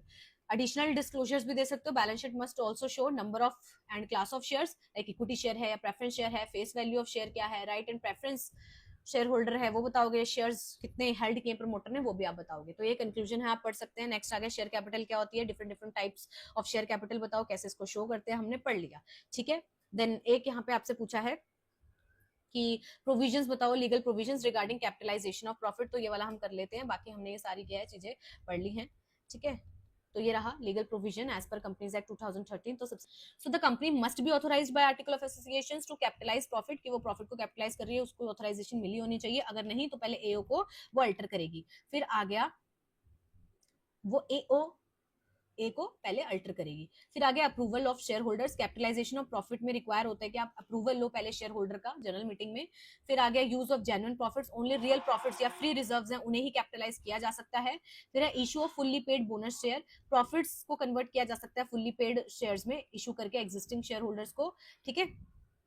Then proportionate distribution, bonus shares को क्या है आप इशू कर सकते हो इन द प्रोपोर्शन जो एग्जिस्टिंग जितने शेयर्स उनके पास हैं शेयर होल्डर के पास। नो डिफॉल्ट कंडीशन, जो कंपनी है वो ऐसा नहीं है कि उसका जो डेट है वो उसने अभी पे ना किया हो, ठीक है, तो वो सारी चीजें उन्होंने पहले कर ली हो। Then compliance with SEBI regulations, then transfer करे वो कैपिटल रिडम्पशन रिजर्व को अगर रिक्वायर्ड है, देन प्रॉपर वो डिस्क्लोजर देगी, ठीक है। तो ये थे आपके 15 मार्क्स के थ्योरी क्वेश्चन आंसर जो आपको सेक्शन बी से पूछे जाते हैं कॉर्पोरेट अकाउंटिंग सब्जेक्ट में। होप आपको समझ आए होंगे, हमने देखने को मिल जाएंगे।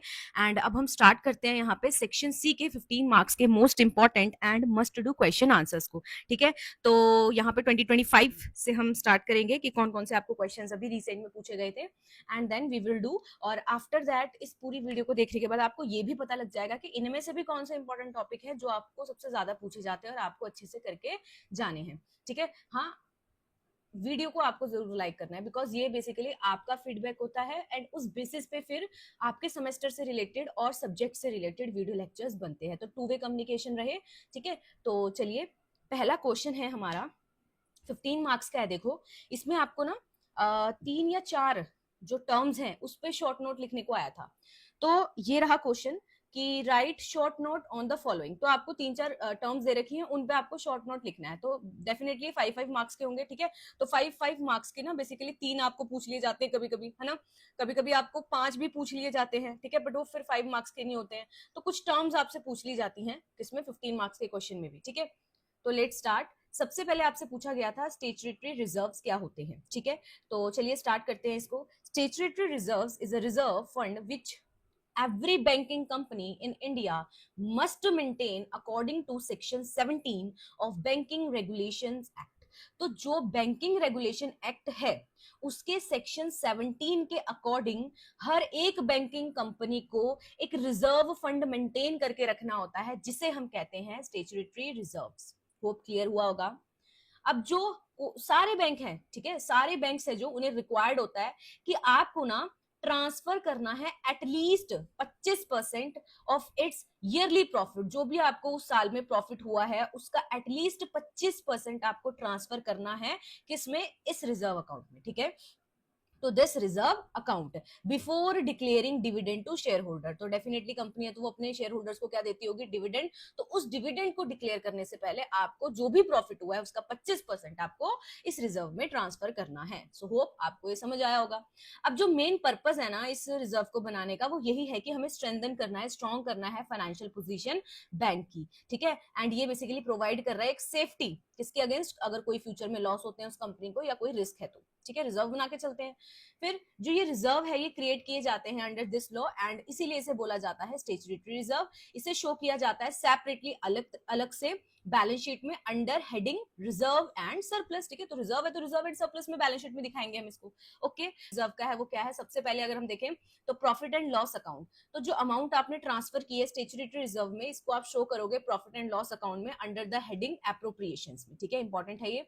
देन बैलेंस शीट में अगर हम देखें तो जो स्टैट्यूटरी रिजर्व है इसे शो किया जाता है सेपरेटली बैलेंस शीट में, और अभी हमने देखा किस कैसे रिजर्व एंड सरप्लस के अंडर, ठीक है।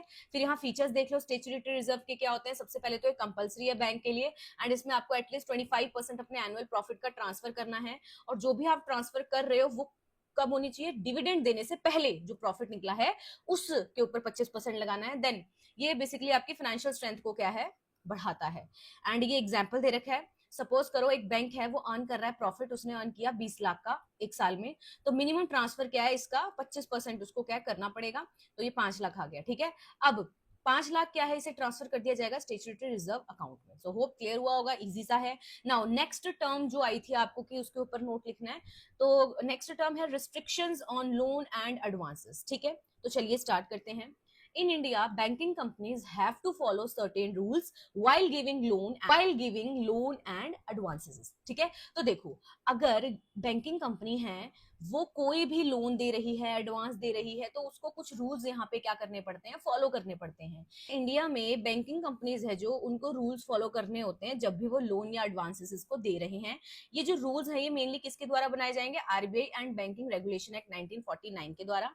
एंड ये जो रिस्ट्रिक्शंस है ना, ये बेसिकली हेल्प ही करती है बैंक की कि वो मेंटेन करके रखे अपनी फाइनेंशियल स्टेबिलिटी एंड प्रोटेक्ट करे वो डिपॉजिटर्स मनी। ठीक है, तो कुछ यहाँ पे इंपॉर्टेंट रिस्ट्रिक्शंस है, तो चलिए पढ़ लेते हैं। सबसे पहला आता है कैपिटल एडिक्वेसी रेशियो, CAR। ठीक है, बैंक है उसको मेंटेन करके रखना होता है मिनिमम कैपिटल एडिक्वेसी रेशियो, जिसे हम CAR भी बोलते हैं, जो कि प्रिस्क्राइब की गई है आरबीआई के द्वारा।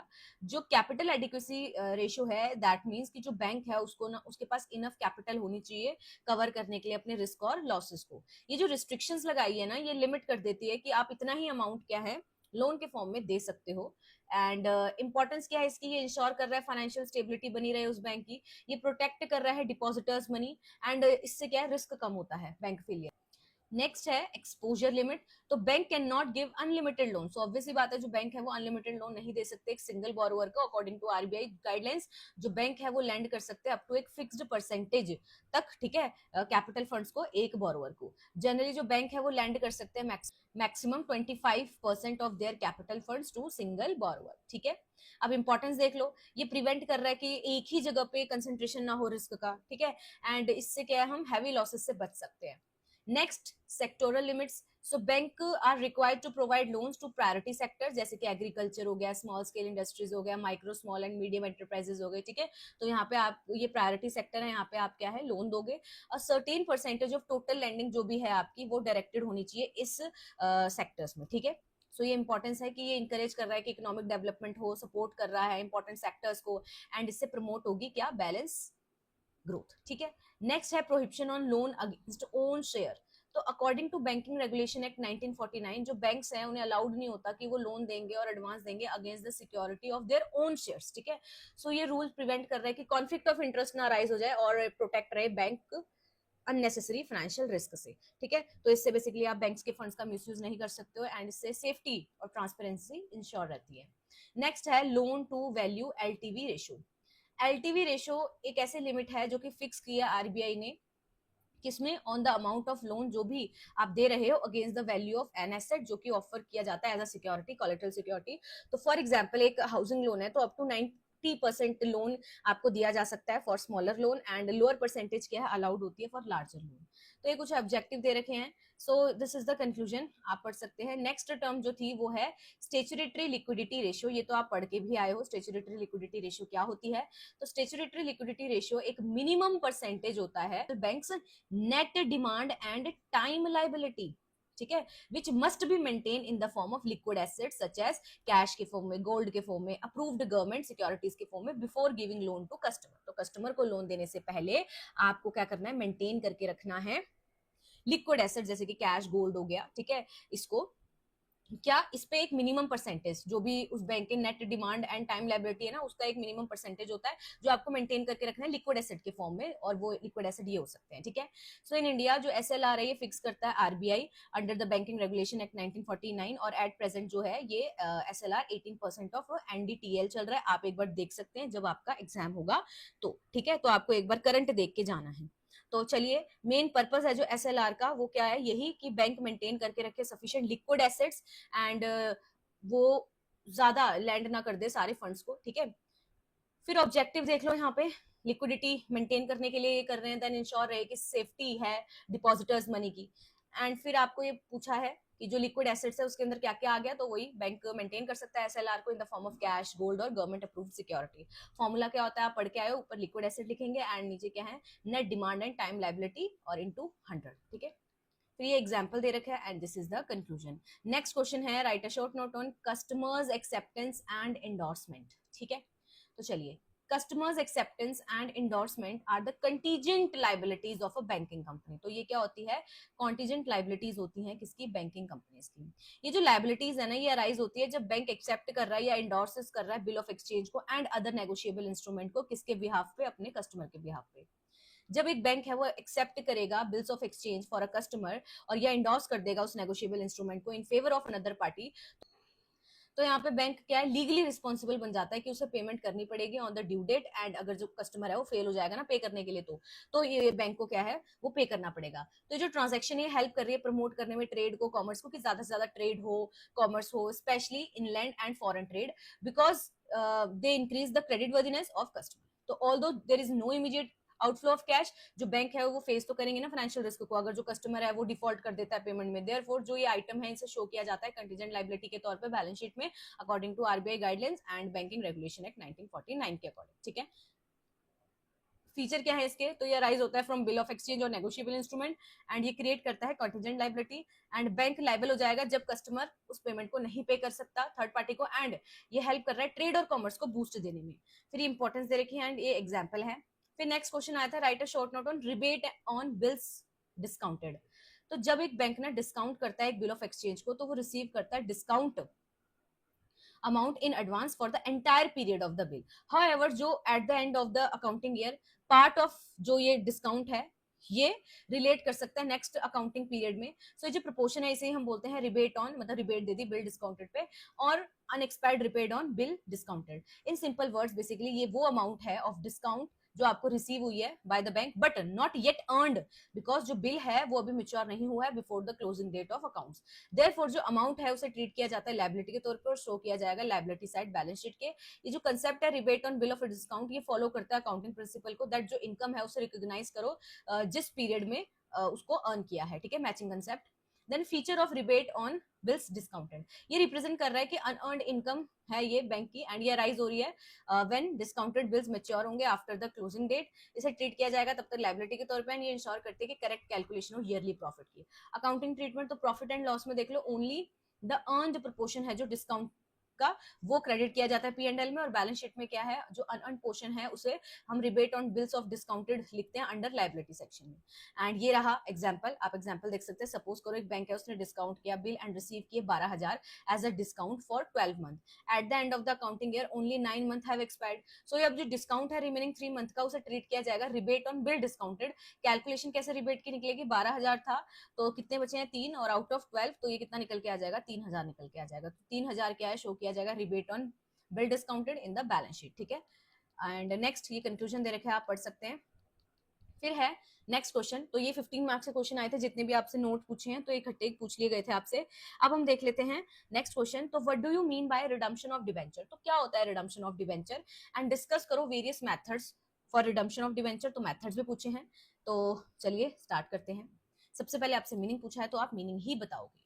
तो देखो, redemption of debenture means repayment of debenture amount by the company to the debenture holder after a certain period. तो फॉर एग्जांपल आपने जब डिबेंचर इशू किए थे तो 5 इयर्स के लिए किए थे, ठीक है, 5 इयर्स के लिए आपने किए थे और 5 लाख के डिबेंचर इशू किए थे।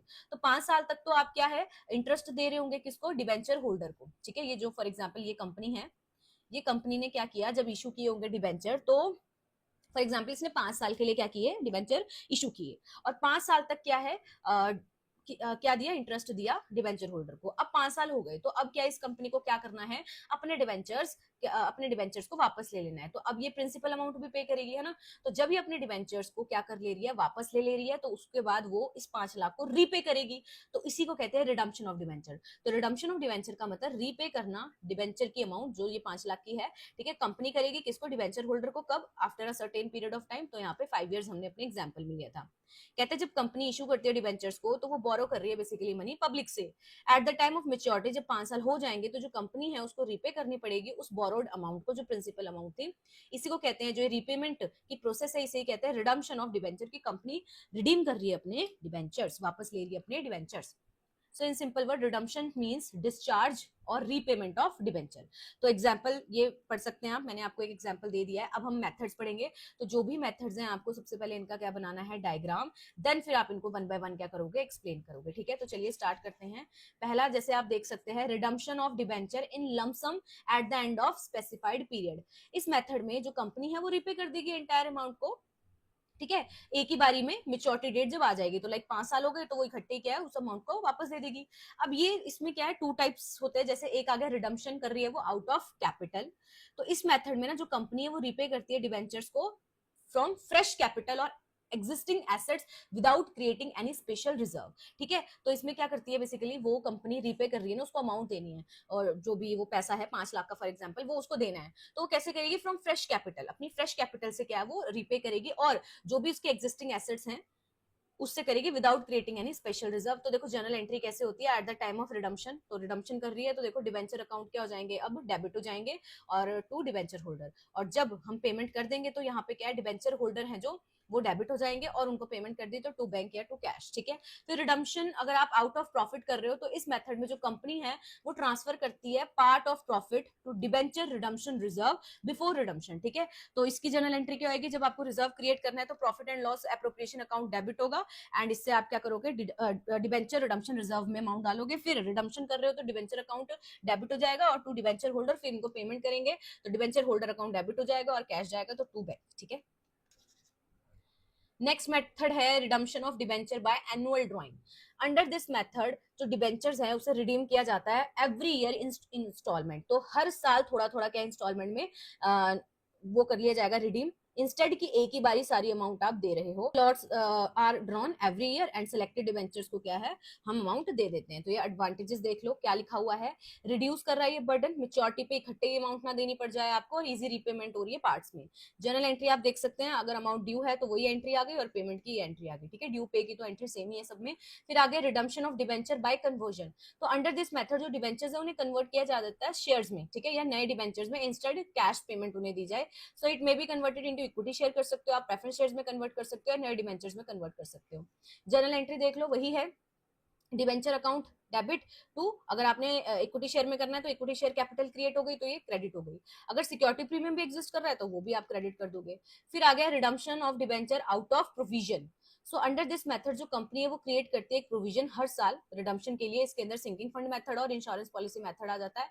तो सिंकिंग फंड मेथड क्या होता है, अंडर दिस मेथड जो कंपनी है वो थोड़ा थोड़ा अमाउंट क्या है, जो फिक्स्ड अमाउंट है वो हर साल साइड में रखती है अपने प्रॉफिट से, एंड उसे इन्वेस्ट कर देती है सिक्योरिटीज में, और जैसे ही मेच्योरिटी होगी तो इन्वेस्टमेंट जो थी वो उसको सोल्ड कर देंगे और उससे जो भी पैसा आएगा वो डिबेंचर्स को क्या दे देंगे और अपने डिबेंचर्स को रिडीम कर लेंगे। ठीक है, डिबेंचर होल्डर्स को पेमेंट दे दी और अपने डिबेंचर्स को रिडीम कर लिया, तो ये सेफ मेथड है।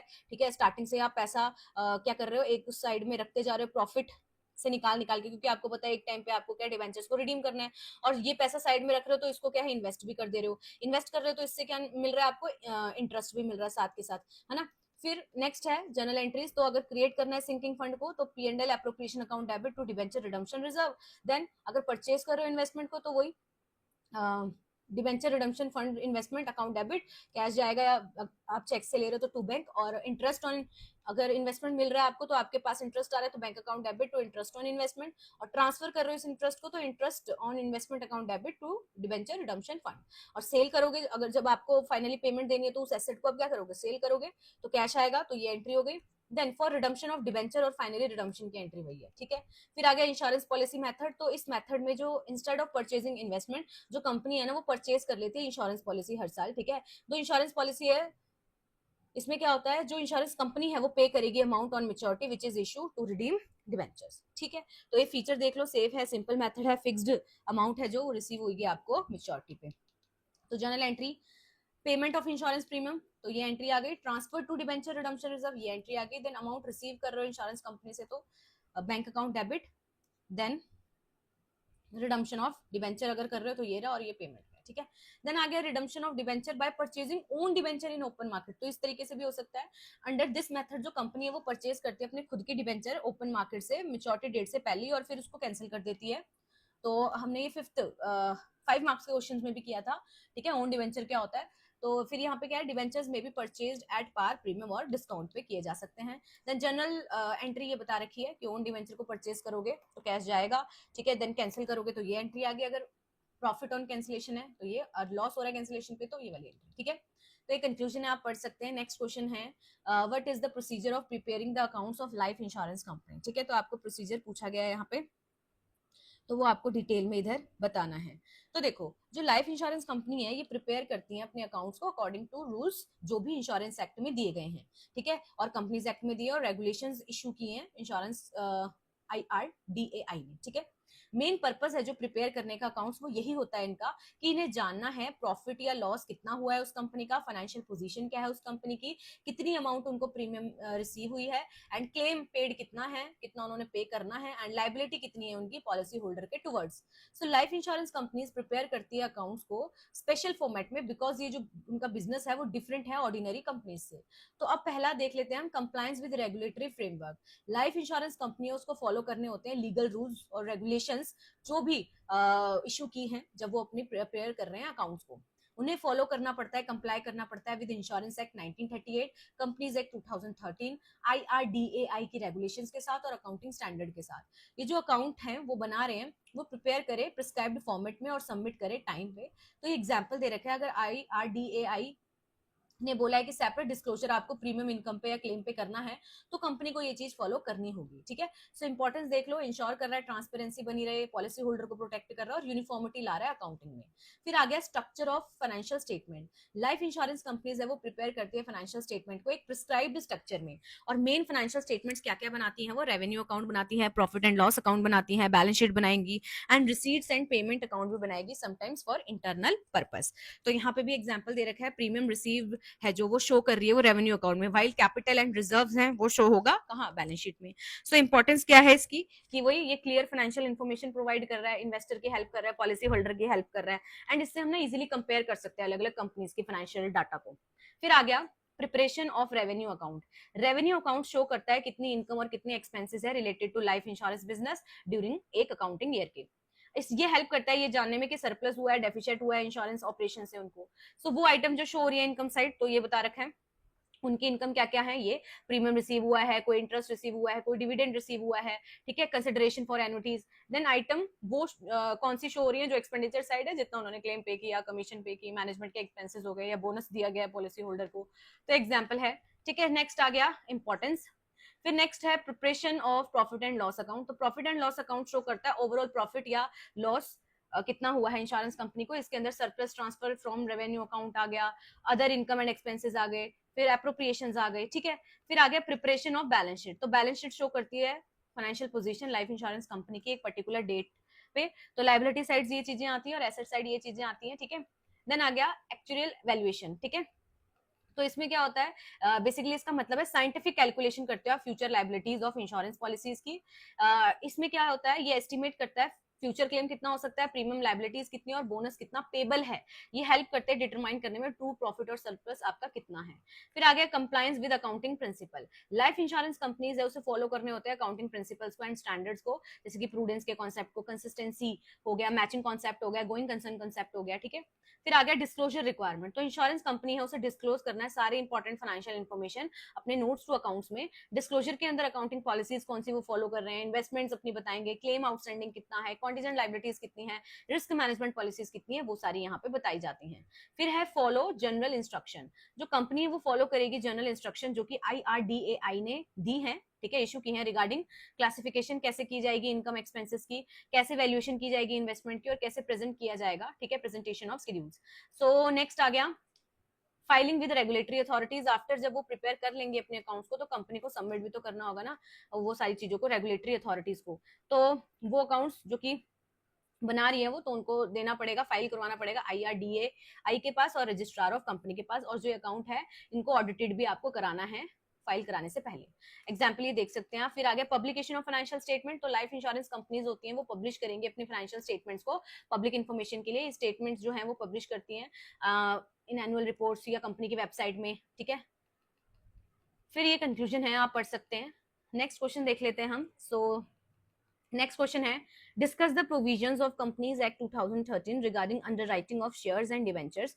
तो ये क्वेश्चन वैसे आपको तो सेक्शन बी में बनता है, पर ये यहाँ पे पूछा गया आपसे, तो इसको कवर कर लेते हैं हम कि प्रोविजंस क्या है रिगार्डिंग। तो यहाँ पे आपसे यही पूछा है कि आप प्रोविजंस बताओ regarding shares and underwriting of shares and debenture. तो स्टार्ट करते हैं सबसे पहले मीनिंग के साथ। अंडरराइटिंग का क्या मतलब होता है, अंडरराइटिंग का मतलब एक ऐसा अग्रीमेंट जिसमें जो पर्सन है या कोई फाइनेंशियल इंस्टीट्यूशन है वो गारंटी देता है कि हम सब्सक्राइब कर लेंगे आपको, आपके शेयर्स को। आपके शेयर्स को, आपके डिवेंचर्स को, ठीक है, अगर पब्लिक उनको सब्सक्राइब नहीं करती है तो, ठीक है। तो कंपनी को एश्योरेंस मिल जाती है एंड जो ये गारंटी दे रहा है उन्हें अंडरराइटर बोलते हैं और अंडरराइटर को इसके बदले क्या मिलती है, कमीशन, और इस प्रोसेस को बोल रहे हैं अंडरराइटिंग। तो ये जो पर्सन है, इंस्टीट्यूशन है जो गारंटी कर रहे हैं, दे रहे हैं, ये अंडरराइटर होते हैं। तो इन सिंपल वर्ड्स अंडरराइटिंग प्रोवाइड करता है एक एश्योरेंस, ठीक है, कंपनी को कि ठीक है भैया आपको जितनी रिक्वायर्ड कैपिटल चाहिए, फंड्स चाहिए, वो आपको मिल जाएंगे, इवन पब्लिक ने बेशक आपके सारे शेयर्स या डिवेंचर सब्सक्राइब ना भी किए हों। तो एक एग्जांपल देख लो, सपोज करो एक कंपनी है, उसने इशू किए 1 लाख शेयर पब्लिक को, पब्लिक ने सब्सक्राइब किए सिर्फ 80,000, तो जो रिमेनिंग 20,000 के शेयर्स हैं वो अंडरराइटर्स क्या कर लेंगे, अंडरराइट कर लेंगे, ठीक है, अकॉर्डिंग टू जो भी एग्रीमेंट हुआ होगा उनके बीच में। अब यहाँ पे हम वही प्रोविजंस देख लेते हैं क्या है इससे रिलेटेड। तो पहला है entities eligible to act as a underwriter. तो कौन कौन सी एंटिटीज हैं जो एलिजिबल होती है कि वो अंडरराइटर के तौर पे काम कर सकती हैं according to companies act 2013 and regulations of securities and exchange board of India. जो फॉलोइंग एंटिटीज हैं वो एक्ट कर सकते हैं अंडरराइटर के तौर पे, कमर्शियल बैंक हो गए, फाइनेंशियल इंस्टीट्यूशन हो गए, इन्वेस्टमेंट कंपनीज हो गई, ब्रोकर्स हो गए, मर्चेंट बैंकर्स हो गए, या अदर रजिस्टर्ड इंटरमीडियरीज है वो। तो अंडरराइटर जो भी होंगे ये रजिस्टर होने चाहिए सेबी के साथ, ठीक है। फिर अथॉरिटी टू इशू शेयर्स और डिवेंचर। तो कौन सी अथॉरिटी है जो इशू कर सकती है शेयर एंड डिवेंचर को? तो जो कंपनी है उसके पास प्रॉपर अथॉरिटी होनी चाहिए कि वो इशू कर सके डिवेंचर्स को और शेयर्स को। अथॉरिटी है जो आपको कहां से मिली होनी चाहिए, आपके मेमोरेंडम ऑफ एसोसिएशन से, आपके आर्टिकल ऑफ एसोसिएशन से, और रेजोल्यूशन पास करवा लो बाय बोर्ड ऑफ डायरेक्टर, या आपको अप्रूवल करवानी पड़ेगी शेयर होल्डर से जब रिक्वायर्ड है तो। फिर आ गया डिस्क्लोजर रिक्वायरमेंट। जो कंपनीज हैं, तो companies act and SEBI regulation require करता है कि फुल डिस्क्लोजर दो आप रिगार्डिंग अंडरराइटिंग की। जो प्रोस्पेक्टस है उसमें होना चाहिए नेम ऑफ अंडरराइटर, अमाउंट कितना अंडर राइट किया है उन्होंने, कमीशन कितनी उनको मिल रही है, और टर्म्स ऑफ अग्रीमेंट क्या है। फिर आगे अंडरराइटिंग अग्रीमेंट। तो अंडरराइटिंग अग्रीमेंट क्या है, एक रिटन कॉन्ट्रैक्ट होता है जो कंपनी और अंडरराइटर के बीच में हुआ है। इसमें क्या आता है कि कितने नंबर ऑफ शेयर्स और डिबेंचर्स वो अंडरराइट करेंगे, किस रेट पे उनको कमीशन मिल रही है, रेट ऑफ कमीशन क्या है, फिर राइट्स एंड ड्यूटीज क्या है पार्टीज के, कंडीशन ऑफ अंडरराइटिंग क्या है, ठीक है। नेक्स्ट आ गया अंडरराइटिंग कमीशन। अंडरराइटिंग कमीशन का मतलब वो रेम्युनरेशन जो पे करेंगे अंडरराइटर्स को उनकी सर्विसेज के लिए। कौन करेगा, कंपनी करेगी, ठीक है। तो कंपनीज क्या है, पे कर सकती हैं, अगर मतलब कमीशन क्या है, पे की जा सकती है अगर ऑथोराइज है वो आर्टिकल ऑफ एसोसिएशन में, एंड जो रेट ऑफ कमीशन है वो एक्सीड नहीं होना चाहिए प्रिस्क्राइब लिमिट से जो मेंशन है। सो जो मैक्सिमम कमीशन है, अगर शेयर्स की बात करें तो मैक्सिमम 5% ऑफ इशू प्राइस हो सकती है, और डिवेंचर की बात करें तो मैक्सिमम 2.5% ऑफ इशू प्राइस हो सकती है, ठीक है। फिर आगे restriction on payment of underwriting commission. तो जो कंपनी एक्ट है वो इंपोज करता है सर्टेन रिस्ट्रिक्शंस भी on payment of underwriting commission. तो मेन रिस्ट्रिक्शंस क्या है, कमीशन जो है वो ऑथराइज होनी चाहिए आर्टिकल ऑफ एसोसिएशन में, रेट है जो एक्सीड ना हो, जो प्रिस्क्राइब लिमिट है अभी हमने पढ़ी, देन जो अमाउंट ऑफ कमीशन है वो डिस्क्लोज करनी है आपको प्रोस्पेक्टस में, एंड कमीशन पे की जाएगी only after genuine underwriting services, ठीक है। फिर आगे role of SEBI in underwriting. जो सेबी है वो रेगुलेट करता है इस पूरी अंडरराइटिंग एक्टिविटीज को। तो फंक्शन क्या है सेबी के, वो रजिस्ट्रेशन देखेगा अंडरराइटर्स की, वो फ्रेम करेगा rules regarding underwriting, and monitor करेगा पब्लिक इशू को, प्रोटेक्ट करके रखता है वो इन्वेस्टर का इंटरेस्ट, और इंश्योर करता है कि फेयर प्रैक्टिस हो। फिर आ गया allotment of securities. After subscription जो सिक्योरिटीज है वो अलॉट की जाती है एप्लीकेंट्स को। अगर जो इशू है वो अंडर सब्सक्राइब है तो अंडरराइटर सब्सक्राइब करते हैं रिमेनिंग सिक्योरिटीज को अकॉर्डिंग टू जो भी एग्रीमेंट उनके बीच में हुआ है। तो क्या ऑब्जेक्टिव है, क्या बेनिफिट है अंडरराइटिंग के? तो देखो ऑब्जेक्टिव में अगर हम देखें तो यही है कि भाई सारी की सारी सब्सक्रिप्शन हो जाए, ठीक है, जितना फंड्स उनको रिक्वायर्ड है वो सारा वो इशू कर ले, रेज कर ले, एंड ये एक फाइनेंशियल असिस्टेंस के तौर पे काम कर रहा है कंपनीज के लिए, ठीक है। और रिस्क है जो कैपिटल इशू फेलियर का, उसे ये कम करता है। बेनिफिट्स क्या है कंपनी के लिए, गारंटी कैपिटल मिल जाती है उनको, और गुडविल बढ़ती है उनकी, एंड सक्सेसफुल पब्लिक इशू उनका हो जाता है। बेनिफिट्स इन्वेस्टर को क्या है, कॉन्फिडेंस बिल्ड होता है यहाँ पे, एंड बेनिफिट टू इकोनॉमी क्या है, इंकरेज होता है, इससे इंडस्ट्रियल डेवलपमेंट हेल्प कर रहा है कैपिटल फॉर्मेशन में, है ना। फिर आ गया कंक्लूजन। तो ये कंक्लूजन आप पढ़ सकते हैं। नेक्स्ट क्वेश्चन क्या है आपका जो आपका एग्जाम में आया हुआ है? So the next question is, हाँ, तो ये ना आपको परफॉर्मा ड्रॉ करना था रेवेन्यू अकाउंट का fire insurance company with imaginary figures. तो आपके बुक में ना आपको परफॉर्मास दे रखे हैं, वो आपको डेफिनेटली करके जाने हैं। वो रेवेन्यू अकाउंट के हो, वो P&L अकाउंट हो, या फिर बैलेंस शीट हो, तो ये आपको अच्छे से करके जाने हैं, ठीक है। आपके बुक में मेंशन होंगे और उसको आपको एक बार प्रैक्टिस कर लेना है, क्योंकि एक क्वेश्चन परफॉर्मा में भी आ जाता है, ठीक है। और अब हम नेक्स्ट क्वेश्चन देख लेते हैं कि what do you mean bye underwriting of shares and debentures. तो हमने पढ़ लिया underwriting of shares and debentures क्या होते हैं, और वेरियस टाइप्स ऑफ अंडरराइटिंग आपसे पूछी है with the help of suitable examples. तो देखो अंडरराइटिंग का मतलब तो हमने पढ़ लिया, एक ऐसा अग्रीमेंट जिसमें एक पर्सन या फाइनेंशियल इंस्टीट्यूशन ये गारंटी देता है कि हम आपके शेयर्स और डिबेंचर्स को क्या कर लेंगे, सब्सक्राइब कर लेंगे, अगर पब्लिक क्या है, फुल सब्सक्राइब ना करे तो। और जो ये पर्सन है, इंस्टीट्यूशन है जो गारंटी दे रहा है, वो अंडरराइटर होता है, ठीक है। तो हमने पढ़ लिया, एक एग्जाम्पल पढ़ लिया हमने। हम टाइप्स पढ़ लेते हैं। तो यहाँ पे अगेन आप क्या बना सकते हो, डायग्राम बना सकते हो। पहला आता है फॉर्म अंडरराइटिंग, फिर आता है पार्शियल अंडरराइटिंग, फिर आता है कंप्लीट अंडरराइटिंग, फिर आता है सिंडिकेट अंडरराइटिंग, फिर आता है जॉइंट अंडरराइटिंग। तो फॉर्म अंडरराइटिंग क्या होता है? फॉर्म अंडरराइटिंग में जो अंडरराइटर है वो अग्री हो जाते हैं कि हम परचेज करेंगे एक फिक्स्ड नंबर ऑफ शेयर्स को, ठीक है, यहाँ पे ये इंपॉर्टेंट कीवर्ड है, फिक्स्ड नंबर ऑफ शेयर्स को या डिवेंचर्स को, irrespective of public subscription, no matter public subscription कितनी है, हम इतने फिक्स्ड नंबर ऑफ शेयर्स और डिवेंचर्स को क्या करने वाले हैं, सब्सक्राइब करने वाले हैं। अब मान लो कि जो इशू है वो फुल्ली सब्सक्राइब हो गया पब्लिक के थ्रू, अंडरराइटर भी बाय करेंगे अग्रीड सिक्योरिटी को, ठीक है, मतलब जो उन्होंने बोल दिया उतना तो वो क्या है, सब्सक्राइब करने ही करने वाले हैं। तो एग्जाम्पल देखो और क्लियर होगा, एक अंडरराइटर है वो अग्री कर रहा है कि वो परचेज करेंगे 10,000 शेयर्स कंपनी के, इवन मान लो जो पब्लिक सब्सक्राइब है वो फुल्ली सब्सक्राइब हो गया, मतलब जो पब्लिक ने इशू किया था वो फुल्ली सब्सक्राइब हो गया, स्टिल अंडरराइटर यहाँ पे क्या परचेज करेंगे दोज 10,000 शेयर्स। तो फीचर क्या है, फिक्स्ड कमिटमेंट है, हेल्प करता है कंपनी की कि चलो इतना अमाउंट तो मिल ही जाएगा, और अंडरराइटर यहाँ पे क्या इन्वेस्टर भी बन जाते हैं, ठीक है। एडवांटेजेस देख लो, स्ट्रॉन्ग फाइनेंशियल सपोर्ट मिल रहा है कंपनी को, कॉन्फिडेंस बढ़ता है। फिर पार्शियल अंडरराइटिंग क्या होती है, इसमें वही only part of total issue क्या है अंडरराइट किया जाएगा, कंपनी बेयर करेगी रिस्क रिमेनिंग पोर्शन का जो कि अंडर राइट नहीं किए अंडरराइटर ने। तो एग्जांपल देख लो, कंपनी ने इशू किए 50 लाख वर्थ के शेयर्स, अंडरराइटर अग्री कर रहे हैं कि ठीक है हम तो 30 लाख वर्थ के क्या शेयर्स को बाय कर लेंगे, तो वो 30 लाख के, और बाकी जितना भी नहीं होगा सब्सक्राइब पब्लिक के थ्रू तो वो उसका रिस्क कंपनी का ही है। फिर कंप्लीट अंडरराइटिंग का मतलब क्या होता है, under complete underwriting entire issue of shares और डिवेंचर्स क्या अंडर रिटर्न होता है, जो अंडरराइटर है वो गारंटी करते हैं कि वो full subscription of the issue क्या है करने वाले हैं अंडरराइट। फिर आ गया syndicate underwriting, under syndicate underwriting group of underwriters jointly underwrite करते हैं इशू को, जो रिस्क है वो भी शेयर हो जाता है ना अंडरराइटर के बीच में। फिर आगे ज्वाइंट अंडरराइटिंग, तो अंडर ज्वाइंट अंडरराइटिंग 2 और मोर अंडरराइटर्स हैं और वो अंडरराइट करते हैं सेम इशू को together under a separate agreement. फिर ये रहा कंक्लूजन, आप इसको पढ़ सकते हैं। नेक्स्ट क्वेश्चन है, what important points should be kept in mind while preparing annual accounts of general insurance company.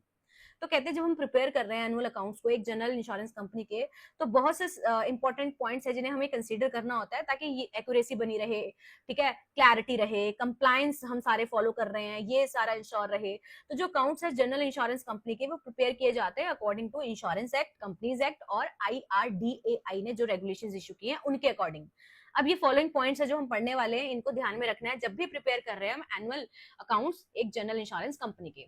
तो पहला आता है कि हमें कंप्लायंस करना है लीगल प्रोविजन के साथ, अभी हमने ये पॉइंट पढ़ लिए कि ये जो भी रूल्स रेगुलेशंस इशू कर रहे हैं वो सारे हमें फॉलो करने हैं। फिर प्रॉपर क्लासिफिकेशन होनी चाहिए इनकम एक्सपेंसेस की, क्या क्या इनकम में आएगा क्या क्या एक्सपेंसेस में आएगा वो भी हमने पढ़ लिया।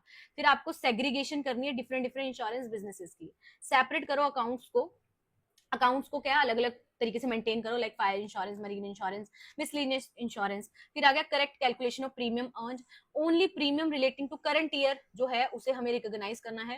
Adjustment should be made for premium outstanding और अनअर्न्ड प्रीमियम रिजर्व, इनके लिए एडजस्टमेंट करनी पड़ेगी। फिर आ गया proper valuation of claim, claim जो भी है इनकर्ड हुआ है वो इंक्लूड, इसमें क्या क्या होता है, क्लेम पेड, आउटस्टैंडिंग क्लेम और claim intimated but not settled, ठीक है। फिर आ गया creation of reserve for unexpired risk, general insurance companies है उन्हें क्रिएट करना होता है रिजर्व फॉर अनएक्सपायर्ड रिस्क। ये जो रिजर्व है ये क्रिएट किया जाता है बिकॉज कुछ policies continue beyond the accounting year चलती रहती हैं, ठीक है। फिर है री insurance transaction should be properly recorded, both जो री इंश्योरेंस प्रीमियम पेड है या री इंश्योरेंस क्लेम रिकवर्ड है उन्हें रिकॉर्ड करना चाहिए करेक्टली। फिर आगे प्रॉपर वैल्यूएशन ऑफ इन्वेस्टमेंट, जो इन्वेस्टमेंट है उसको वैल्यू करना चाहिए अकॉर्डिंग टू, मतलब जो भी वैल्यू निकाल रहे हो आप उसकी वो किसके अकॉर्डिंग निकालनी है, IRDAI ने जो रेगुलेशंस इशू की हैं उसके अकॉर्डिंग। फिर डेप्रिसिएशन ऑन फिक्स्ड एसेट्स, तो प्रॉपर डेप्रिसिएशन को आपको चार्ज करना है बिल्डिंग, फर्नीचर, कंप्यूटर, व्हीकल्स पे, ठीक है। उसके बाद नेक्स्ट है कंप्लायंस विद अकाउंटिंग प्रिंसिपल, तो इंपॉर्टेंट अकाउंटिंग प्रिंसिपल्स है उनको आपको फॉलो करना ही करना है। जैसे प्रूडेंस का प्रिंसिपल हो गया कि अगर आपको लॉसेस लग रहे हैं तो आप उसको क्या इमीडिएटली रिकॉर्ड कर लोगे, ठीक है। फिर कंसिस्टेंसी, मतलब जो मेथड फॉलो कर रहे हो हर साल आप वही मेथड फॉलो करो। देन मैचिंग कॉन्सेप्ट हो गया, जिस साल की वो इनकम है उसी साल में दिखाओ, जब आपने उसको अर्न किया तभी रिकॉर्ड करो, ठीक है। एंड जो एक्सपेंडिचर है वो भी। देन गोइंग कंसर्न कंसेप्ट वही कि आपको क्या है ये देखना है कि जो बिजनेस है वो आपका चलता रहेगा। नेक्स्ट है preparation of financial statements in prescribe form, जो फॉलोइंग स्टेटमेंट्स हैं वो प्रिपेयर की जाती हैं प्रिस्क्राइब्ड फॉर्मेट जो कि बताया गया है ऑलरेडी। तो इसमें रेवेन्यू अकाउंट बनाओगे, प्रॉफिट एंड लॉस अकाउंट बनाओगे, बैलेंस शीट बनाओगे। फिर आगे proper disclosure requirement, necessary disclosure क्या आपको देने हैं रिगार्डिंग अकाउंटिंग पॉलिसीज, क्या फॉलो करते हो इन्वेस्टमेंट के रिगार्डिंग, आउटस्टैंडिंग क्लेम कितने हैं और कंटीजेंट लायबिलिटी के रिगार्डिंग। फिर है ऑडिट ऑफ अकाउंट्स, अकाउंट्स को आपको प्रॉपरली ऑडिट करवाने हैं क्वालिफाइड ऑडिटर से। एंड नेक्स्ट है फाइलिंग विद रेगुलेटरी अथॉरिटीज, तो जो भी एनुअल अकाउंट्स हैं उसको पहले तो आपने ऑडिट करवाया, उसके बाद आपको वो फाइल भी करवाने IRDAI के पास और रजिस्ट्रार ऑफ कंपनीज के पास विद प्रिस्क्राइब लिमिट जो कि आपको बताई गई है। फिर है पब्लिकेशन ऑफ फाइनेंशियल स्टेटमेंट्स, तो वो फाइनली जो भी आपके वो हैं रिपोर्ट्स हैं, फाइनेंशियल स्टेटमेंट्स हैं, उनको आप पब्लिश करोगे एनुअल रिपोर्ट्स में या फिर वेबसाइट में। ठीक है, ये रहा कंक्लूजन। नेक्स्ट क्वेश्चन है prepare with imaginary figures the balance sheet, तो देखो अगेन आपसे बैलेंस शीट पूछी है इंश्योरेंस कंपनी की। Prepare with imaginary figures the balance sheet of an insurance company carrying on fire marine and miscellaneous insurance business, तो यहाँ पे आपको बैलेंस शीट का फॉर्मेट पता होना चाहिए, याद होना चाहिए, प्रैक्टिस है, 3-4 बार उसको बना के देखो। ठीक है, क्योंकि थ्योरी में फिर ये भी चीज आ जाती है या आपको फॉर्मेट बनाने के लिए बोला जा सकता है। ठीक है, नेक्स्ट क्वेश्चन है आपको परफॉर्मा बनाना है किसका, प्रॉफिट एंड लॉस अकाउंट का बैंकिंग कंपनी के, तो अगेन देखो आपको फॉर्मेट पूछ लिया। फिर नेक्स्ट क्वेश्चन था अंडरराइटिंग क्या होती है, हमने कर ली। How is liability of underwriter determine, कैसे होती है ये फाइंड आउट डिटरमाइन, तो वो हम देखते हैं। एडवांटेजेस आपसे पूछे हैं अंडरराइटिंग के, तो इन्हें हम पढ़ लेते हैं। तो अंडरराइटिंग का मतलब तो हमने अच्छे से कर लिया है। एंड कैसे हम डिटरमाइन करते हैं लायबिलिटी ऑफ अंडरराइटर, तो कहते हैं जो लायबिलिटी है ना एक अंडरराइटर की, उसका मतलब कितने नंबर ऑफ शेयर्स या डिवेंचर्स के हैं उसको परचेज करने हैं अगर पब्लिक उस इशू को फुल्ली सब्सक्राइब नहीं करती। तो जो लायबिलिटी ऐसे कैलकुलेट किया जाता है आफ्टर कंसीडर कितना टोटल इशू था, शेयर्स कितने अंडर रिटर्न रह गए, मार्क्ड एप्लीकेशन क्या है, unmarked applications and firm underwriting अगर कोई है तो स्टेप्स देख लेते हैं हम। कैलकुलेट ग्रॉस लायबिलिटी, सबसे पहले हमें क्या है ग्रॉस लायबिलिटी कैलकुलेट करनी होती है। अगर जिसने इस चैप्टर का न्यूमेरिकल किया तो वो तो बहुत इजीली इसको क्या है रिलेट कर लेगा। ग्रॉस लायबिलिटी का मतलब होता है कितने टोटल नंबर ऑफ शेयर्स या डिबेंचर्स जो कि अंडर रिटर्न होंगे बाय ईच अंडरराइटर। ठीक है, सपोज टोटल इशू 1 लाख का था, तो अंडरराइटर A B C है यहाँ पे और उन्होंने शेयर अंडर रिटर्न के लिए बोला इतना इतना, ये ग्रॉस लायबिलिटी है उनकी। फिर आप डिडक्ट करते हो इसमें से मार्क्ड एप्लीकेशन, मार्क्ड एप्लीकेशन मतलब वो एप्लीकेशन जो रिसीव हुई है थ्रू अ पर्टिकुलर अंडरराइटर, तो दीज एप्लीकेशंस ये रिड्यूस कर देती है लायबिलिटी ऑफ दैट अंडरराइटर, उसी अंडरराइटर की। तो ग्रॉस लायबिलिटी ये है और मार्क्ड एप्लीकेशन इतनी है, तो यहाँ से ये मार्क्ड एप्लीकेशंस है। ठीक है, आगे देख लेते हैं डिस्ट्रीब्यूट अनमार्क्ड एप्लीकेशन, तो अनमार्क्ड एप्लीकेशन है वो एप्लीकेशन है जो कि marked application, unmarked applications are applications not bearing any underwriters mark. ठीक है, तो जिसमें कोई मार्क नहीं है तो ये जो है ये डिस्ट्रीब्यूट की जाती है अमंग अंडरराइटर्स उनकी अग्रीड रेशो में। तो अनमार्क्ड एप्लीकेशन 15,000 है और ये रेशो दे रखी है इतनी अग्रीड, तो इसमें ये डिस्ट्रीब्यूट हो जाएगी। फिर हम कैलकुलेट करेंगे नेट लायबिलिटी कितनी बनी, तो ये फॉर्मूला होता है net liability is equals to gross liability minus marked application minus share of unmarked application. तो ये कैलकुलेशन आपको वही एग्जाम्पल के थ्रू करी गई है, तो आप देख सकते हैं। फिर एडजस्टमेंट ऑफ फॉर्म अंडरराइटिंग, तो फॉर्म अंडरराइटिंग का मतलब वही कि शेयर्स है जो shares agree to be taken, कितने उन्होंने अग्री किया अंडरराइटर ने, ठीक है, कि वो लेंगे रिस्पेक्टिव कि पब्लिक सब्सक्रिप्शन कितना, अभी पढ़ा ना हमने फॉर्म अंडरराइटिंग वही है। ये जो शेयर्स हैं इन्हें एडेड किया जा जाता है उनकी लायबिलिटी में। एंड जैसे ये है उसने अग्री किया कि वो फॉर्म अंडरराइटिंग उसकी 2000 शेयर की है, तो ये शेयर्स को भी ऐड कर दिया जाएगा एक ही लायबिलिटी में। अब क्या एडवांटेजेस है, अगेन डायग्राम। पहले तो इंश्योर कर रहा है कि चलो फुल सब्सक्रिप्शन हो जाएगी, इससे ना बढ़ता है कॉन्फिडेंस इन्वेस्टर का, पब्लिक फील करती है सिक्योर जब रेपुटेड अंडरराइटर्स क्या सपोर्ट करते हैं उस इशू को। फिर है reduce risk of failure, company को ये जो रिस्क है कि हाँ यार कैपिटल हम इशू कर रहे हैं, शेयर्स इशू कर रहे हैं, कहीं ये जो सब्सक्रिप्शन है ये फेल ना हो जाए, तो इसका भी क्या है रिस्क खत्म हो गया क्योंकि अंडरराइटर ने क्या है इंश्योरिटी दे दी। देन ये हेल्प करता है नई कंपनीज को, ठीक है, और प्रोवाइड मिल जाती है इसमें आपको एक्सपर्ट की गाइडेंस भी, एंड ये सेव कर रहा है टाइम और एफर्ट्स। देन स्टेबिलिटी लाता है कैपिटल मार्केट में, तो ये रहा कंक्लूजन। नेक्स्ट है अंडरराइटिंग कॉन्ट्रैक्ट क्या होते हैं, various types of underwriting contract बताओ। तो अंडरराइटिंग कॉन्ट्रैक्ट वो अग्रीमेंट है जो कि कंपनी और अंडरराइटर के बीच में हो रहा है, जिसमें वो अग्री कर रहे हैं कि ठीक है आपका अगर जो इशू है वो फुल्ली सब्सक्राइब नहीं हुआ तो जो अंडरराइटर्स हैं वो क्या कर लेंगे, सब्सक्राइब कर लेंगे। ठीक है, तो वही चीज है। और अंडरराइटर कौन हो सकते हैं ये अभी हमने पढ़ लिया, ये एक एग्जाम्पल दे रखा है। फिर फीचर्स दे रखे हैं, टाइप्स क्या है ये हमने सारी की सारी कर ली, तो बस वही क्वेश्चन पूछा है सेम। ठीक है, तो ये वाला होप आपको क्लियर हुआ होगा। नेक्स्ट देख लेते हैं हम।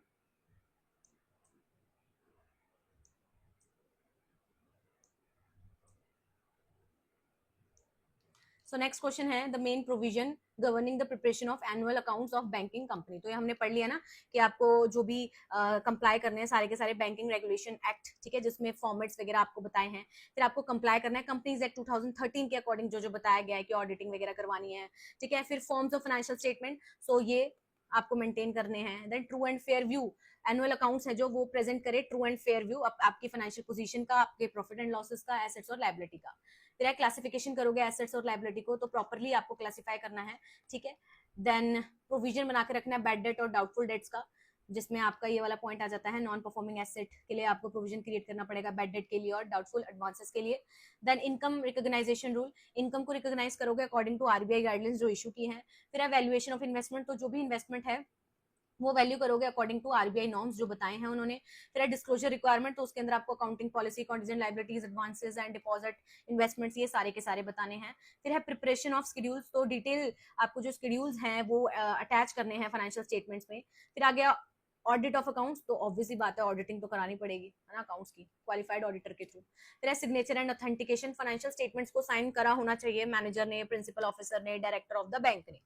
फिर submission to RBI and authorities, तो बैंक है उसे सबमिट करनी है एनुअल अकाउंट्स आरबीआई को, रजिस्ट्रार ऑफ कंपनी को एंड शेयर होल्डर्स को विद इन प्रिस्क्राइब टाइम, ठीक है। And publication of financial statements, तो जो बैंक है उन्हें रिक्वायर्ड होते हैं कि वो पब्लिश भी करें अपने एनुअल अकाउंट्स को पब्लिक इन्फॉर्मेशन के लिए, जिससे कॉन्फिडेंस बिल्ड रहे, ट्रांसपेरेंसी बनी रहे।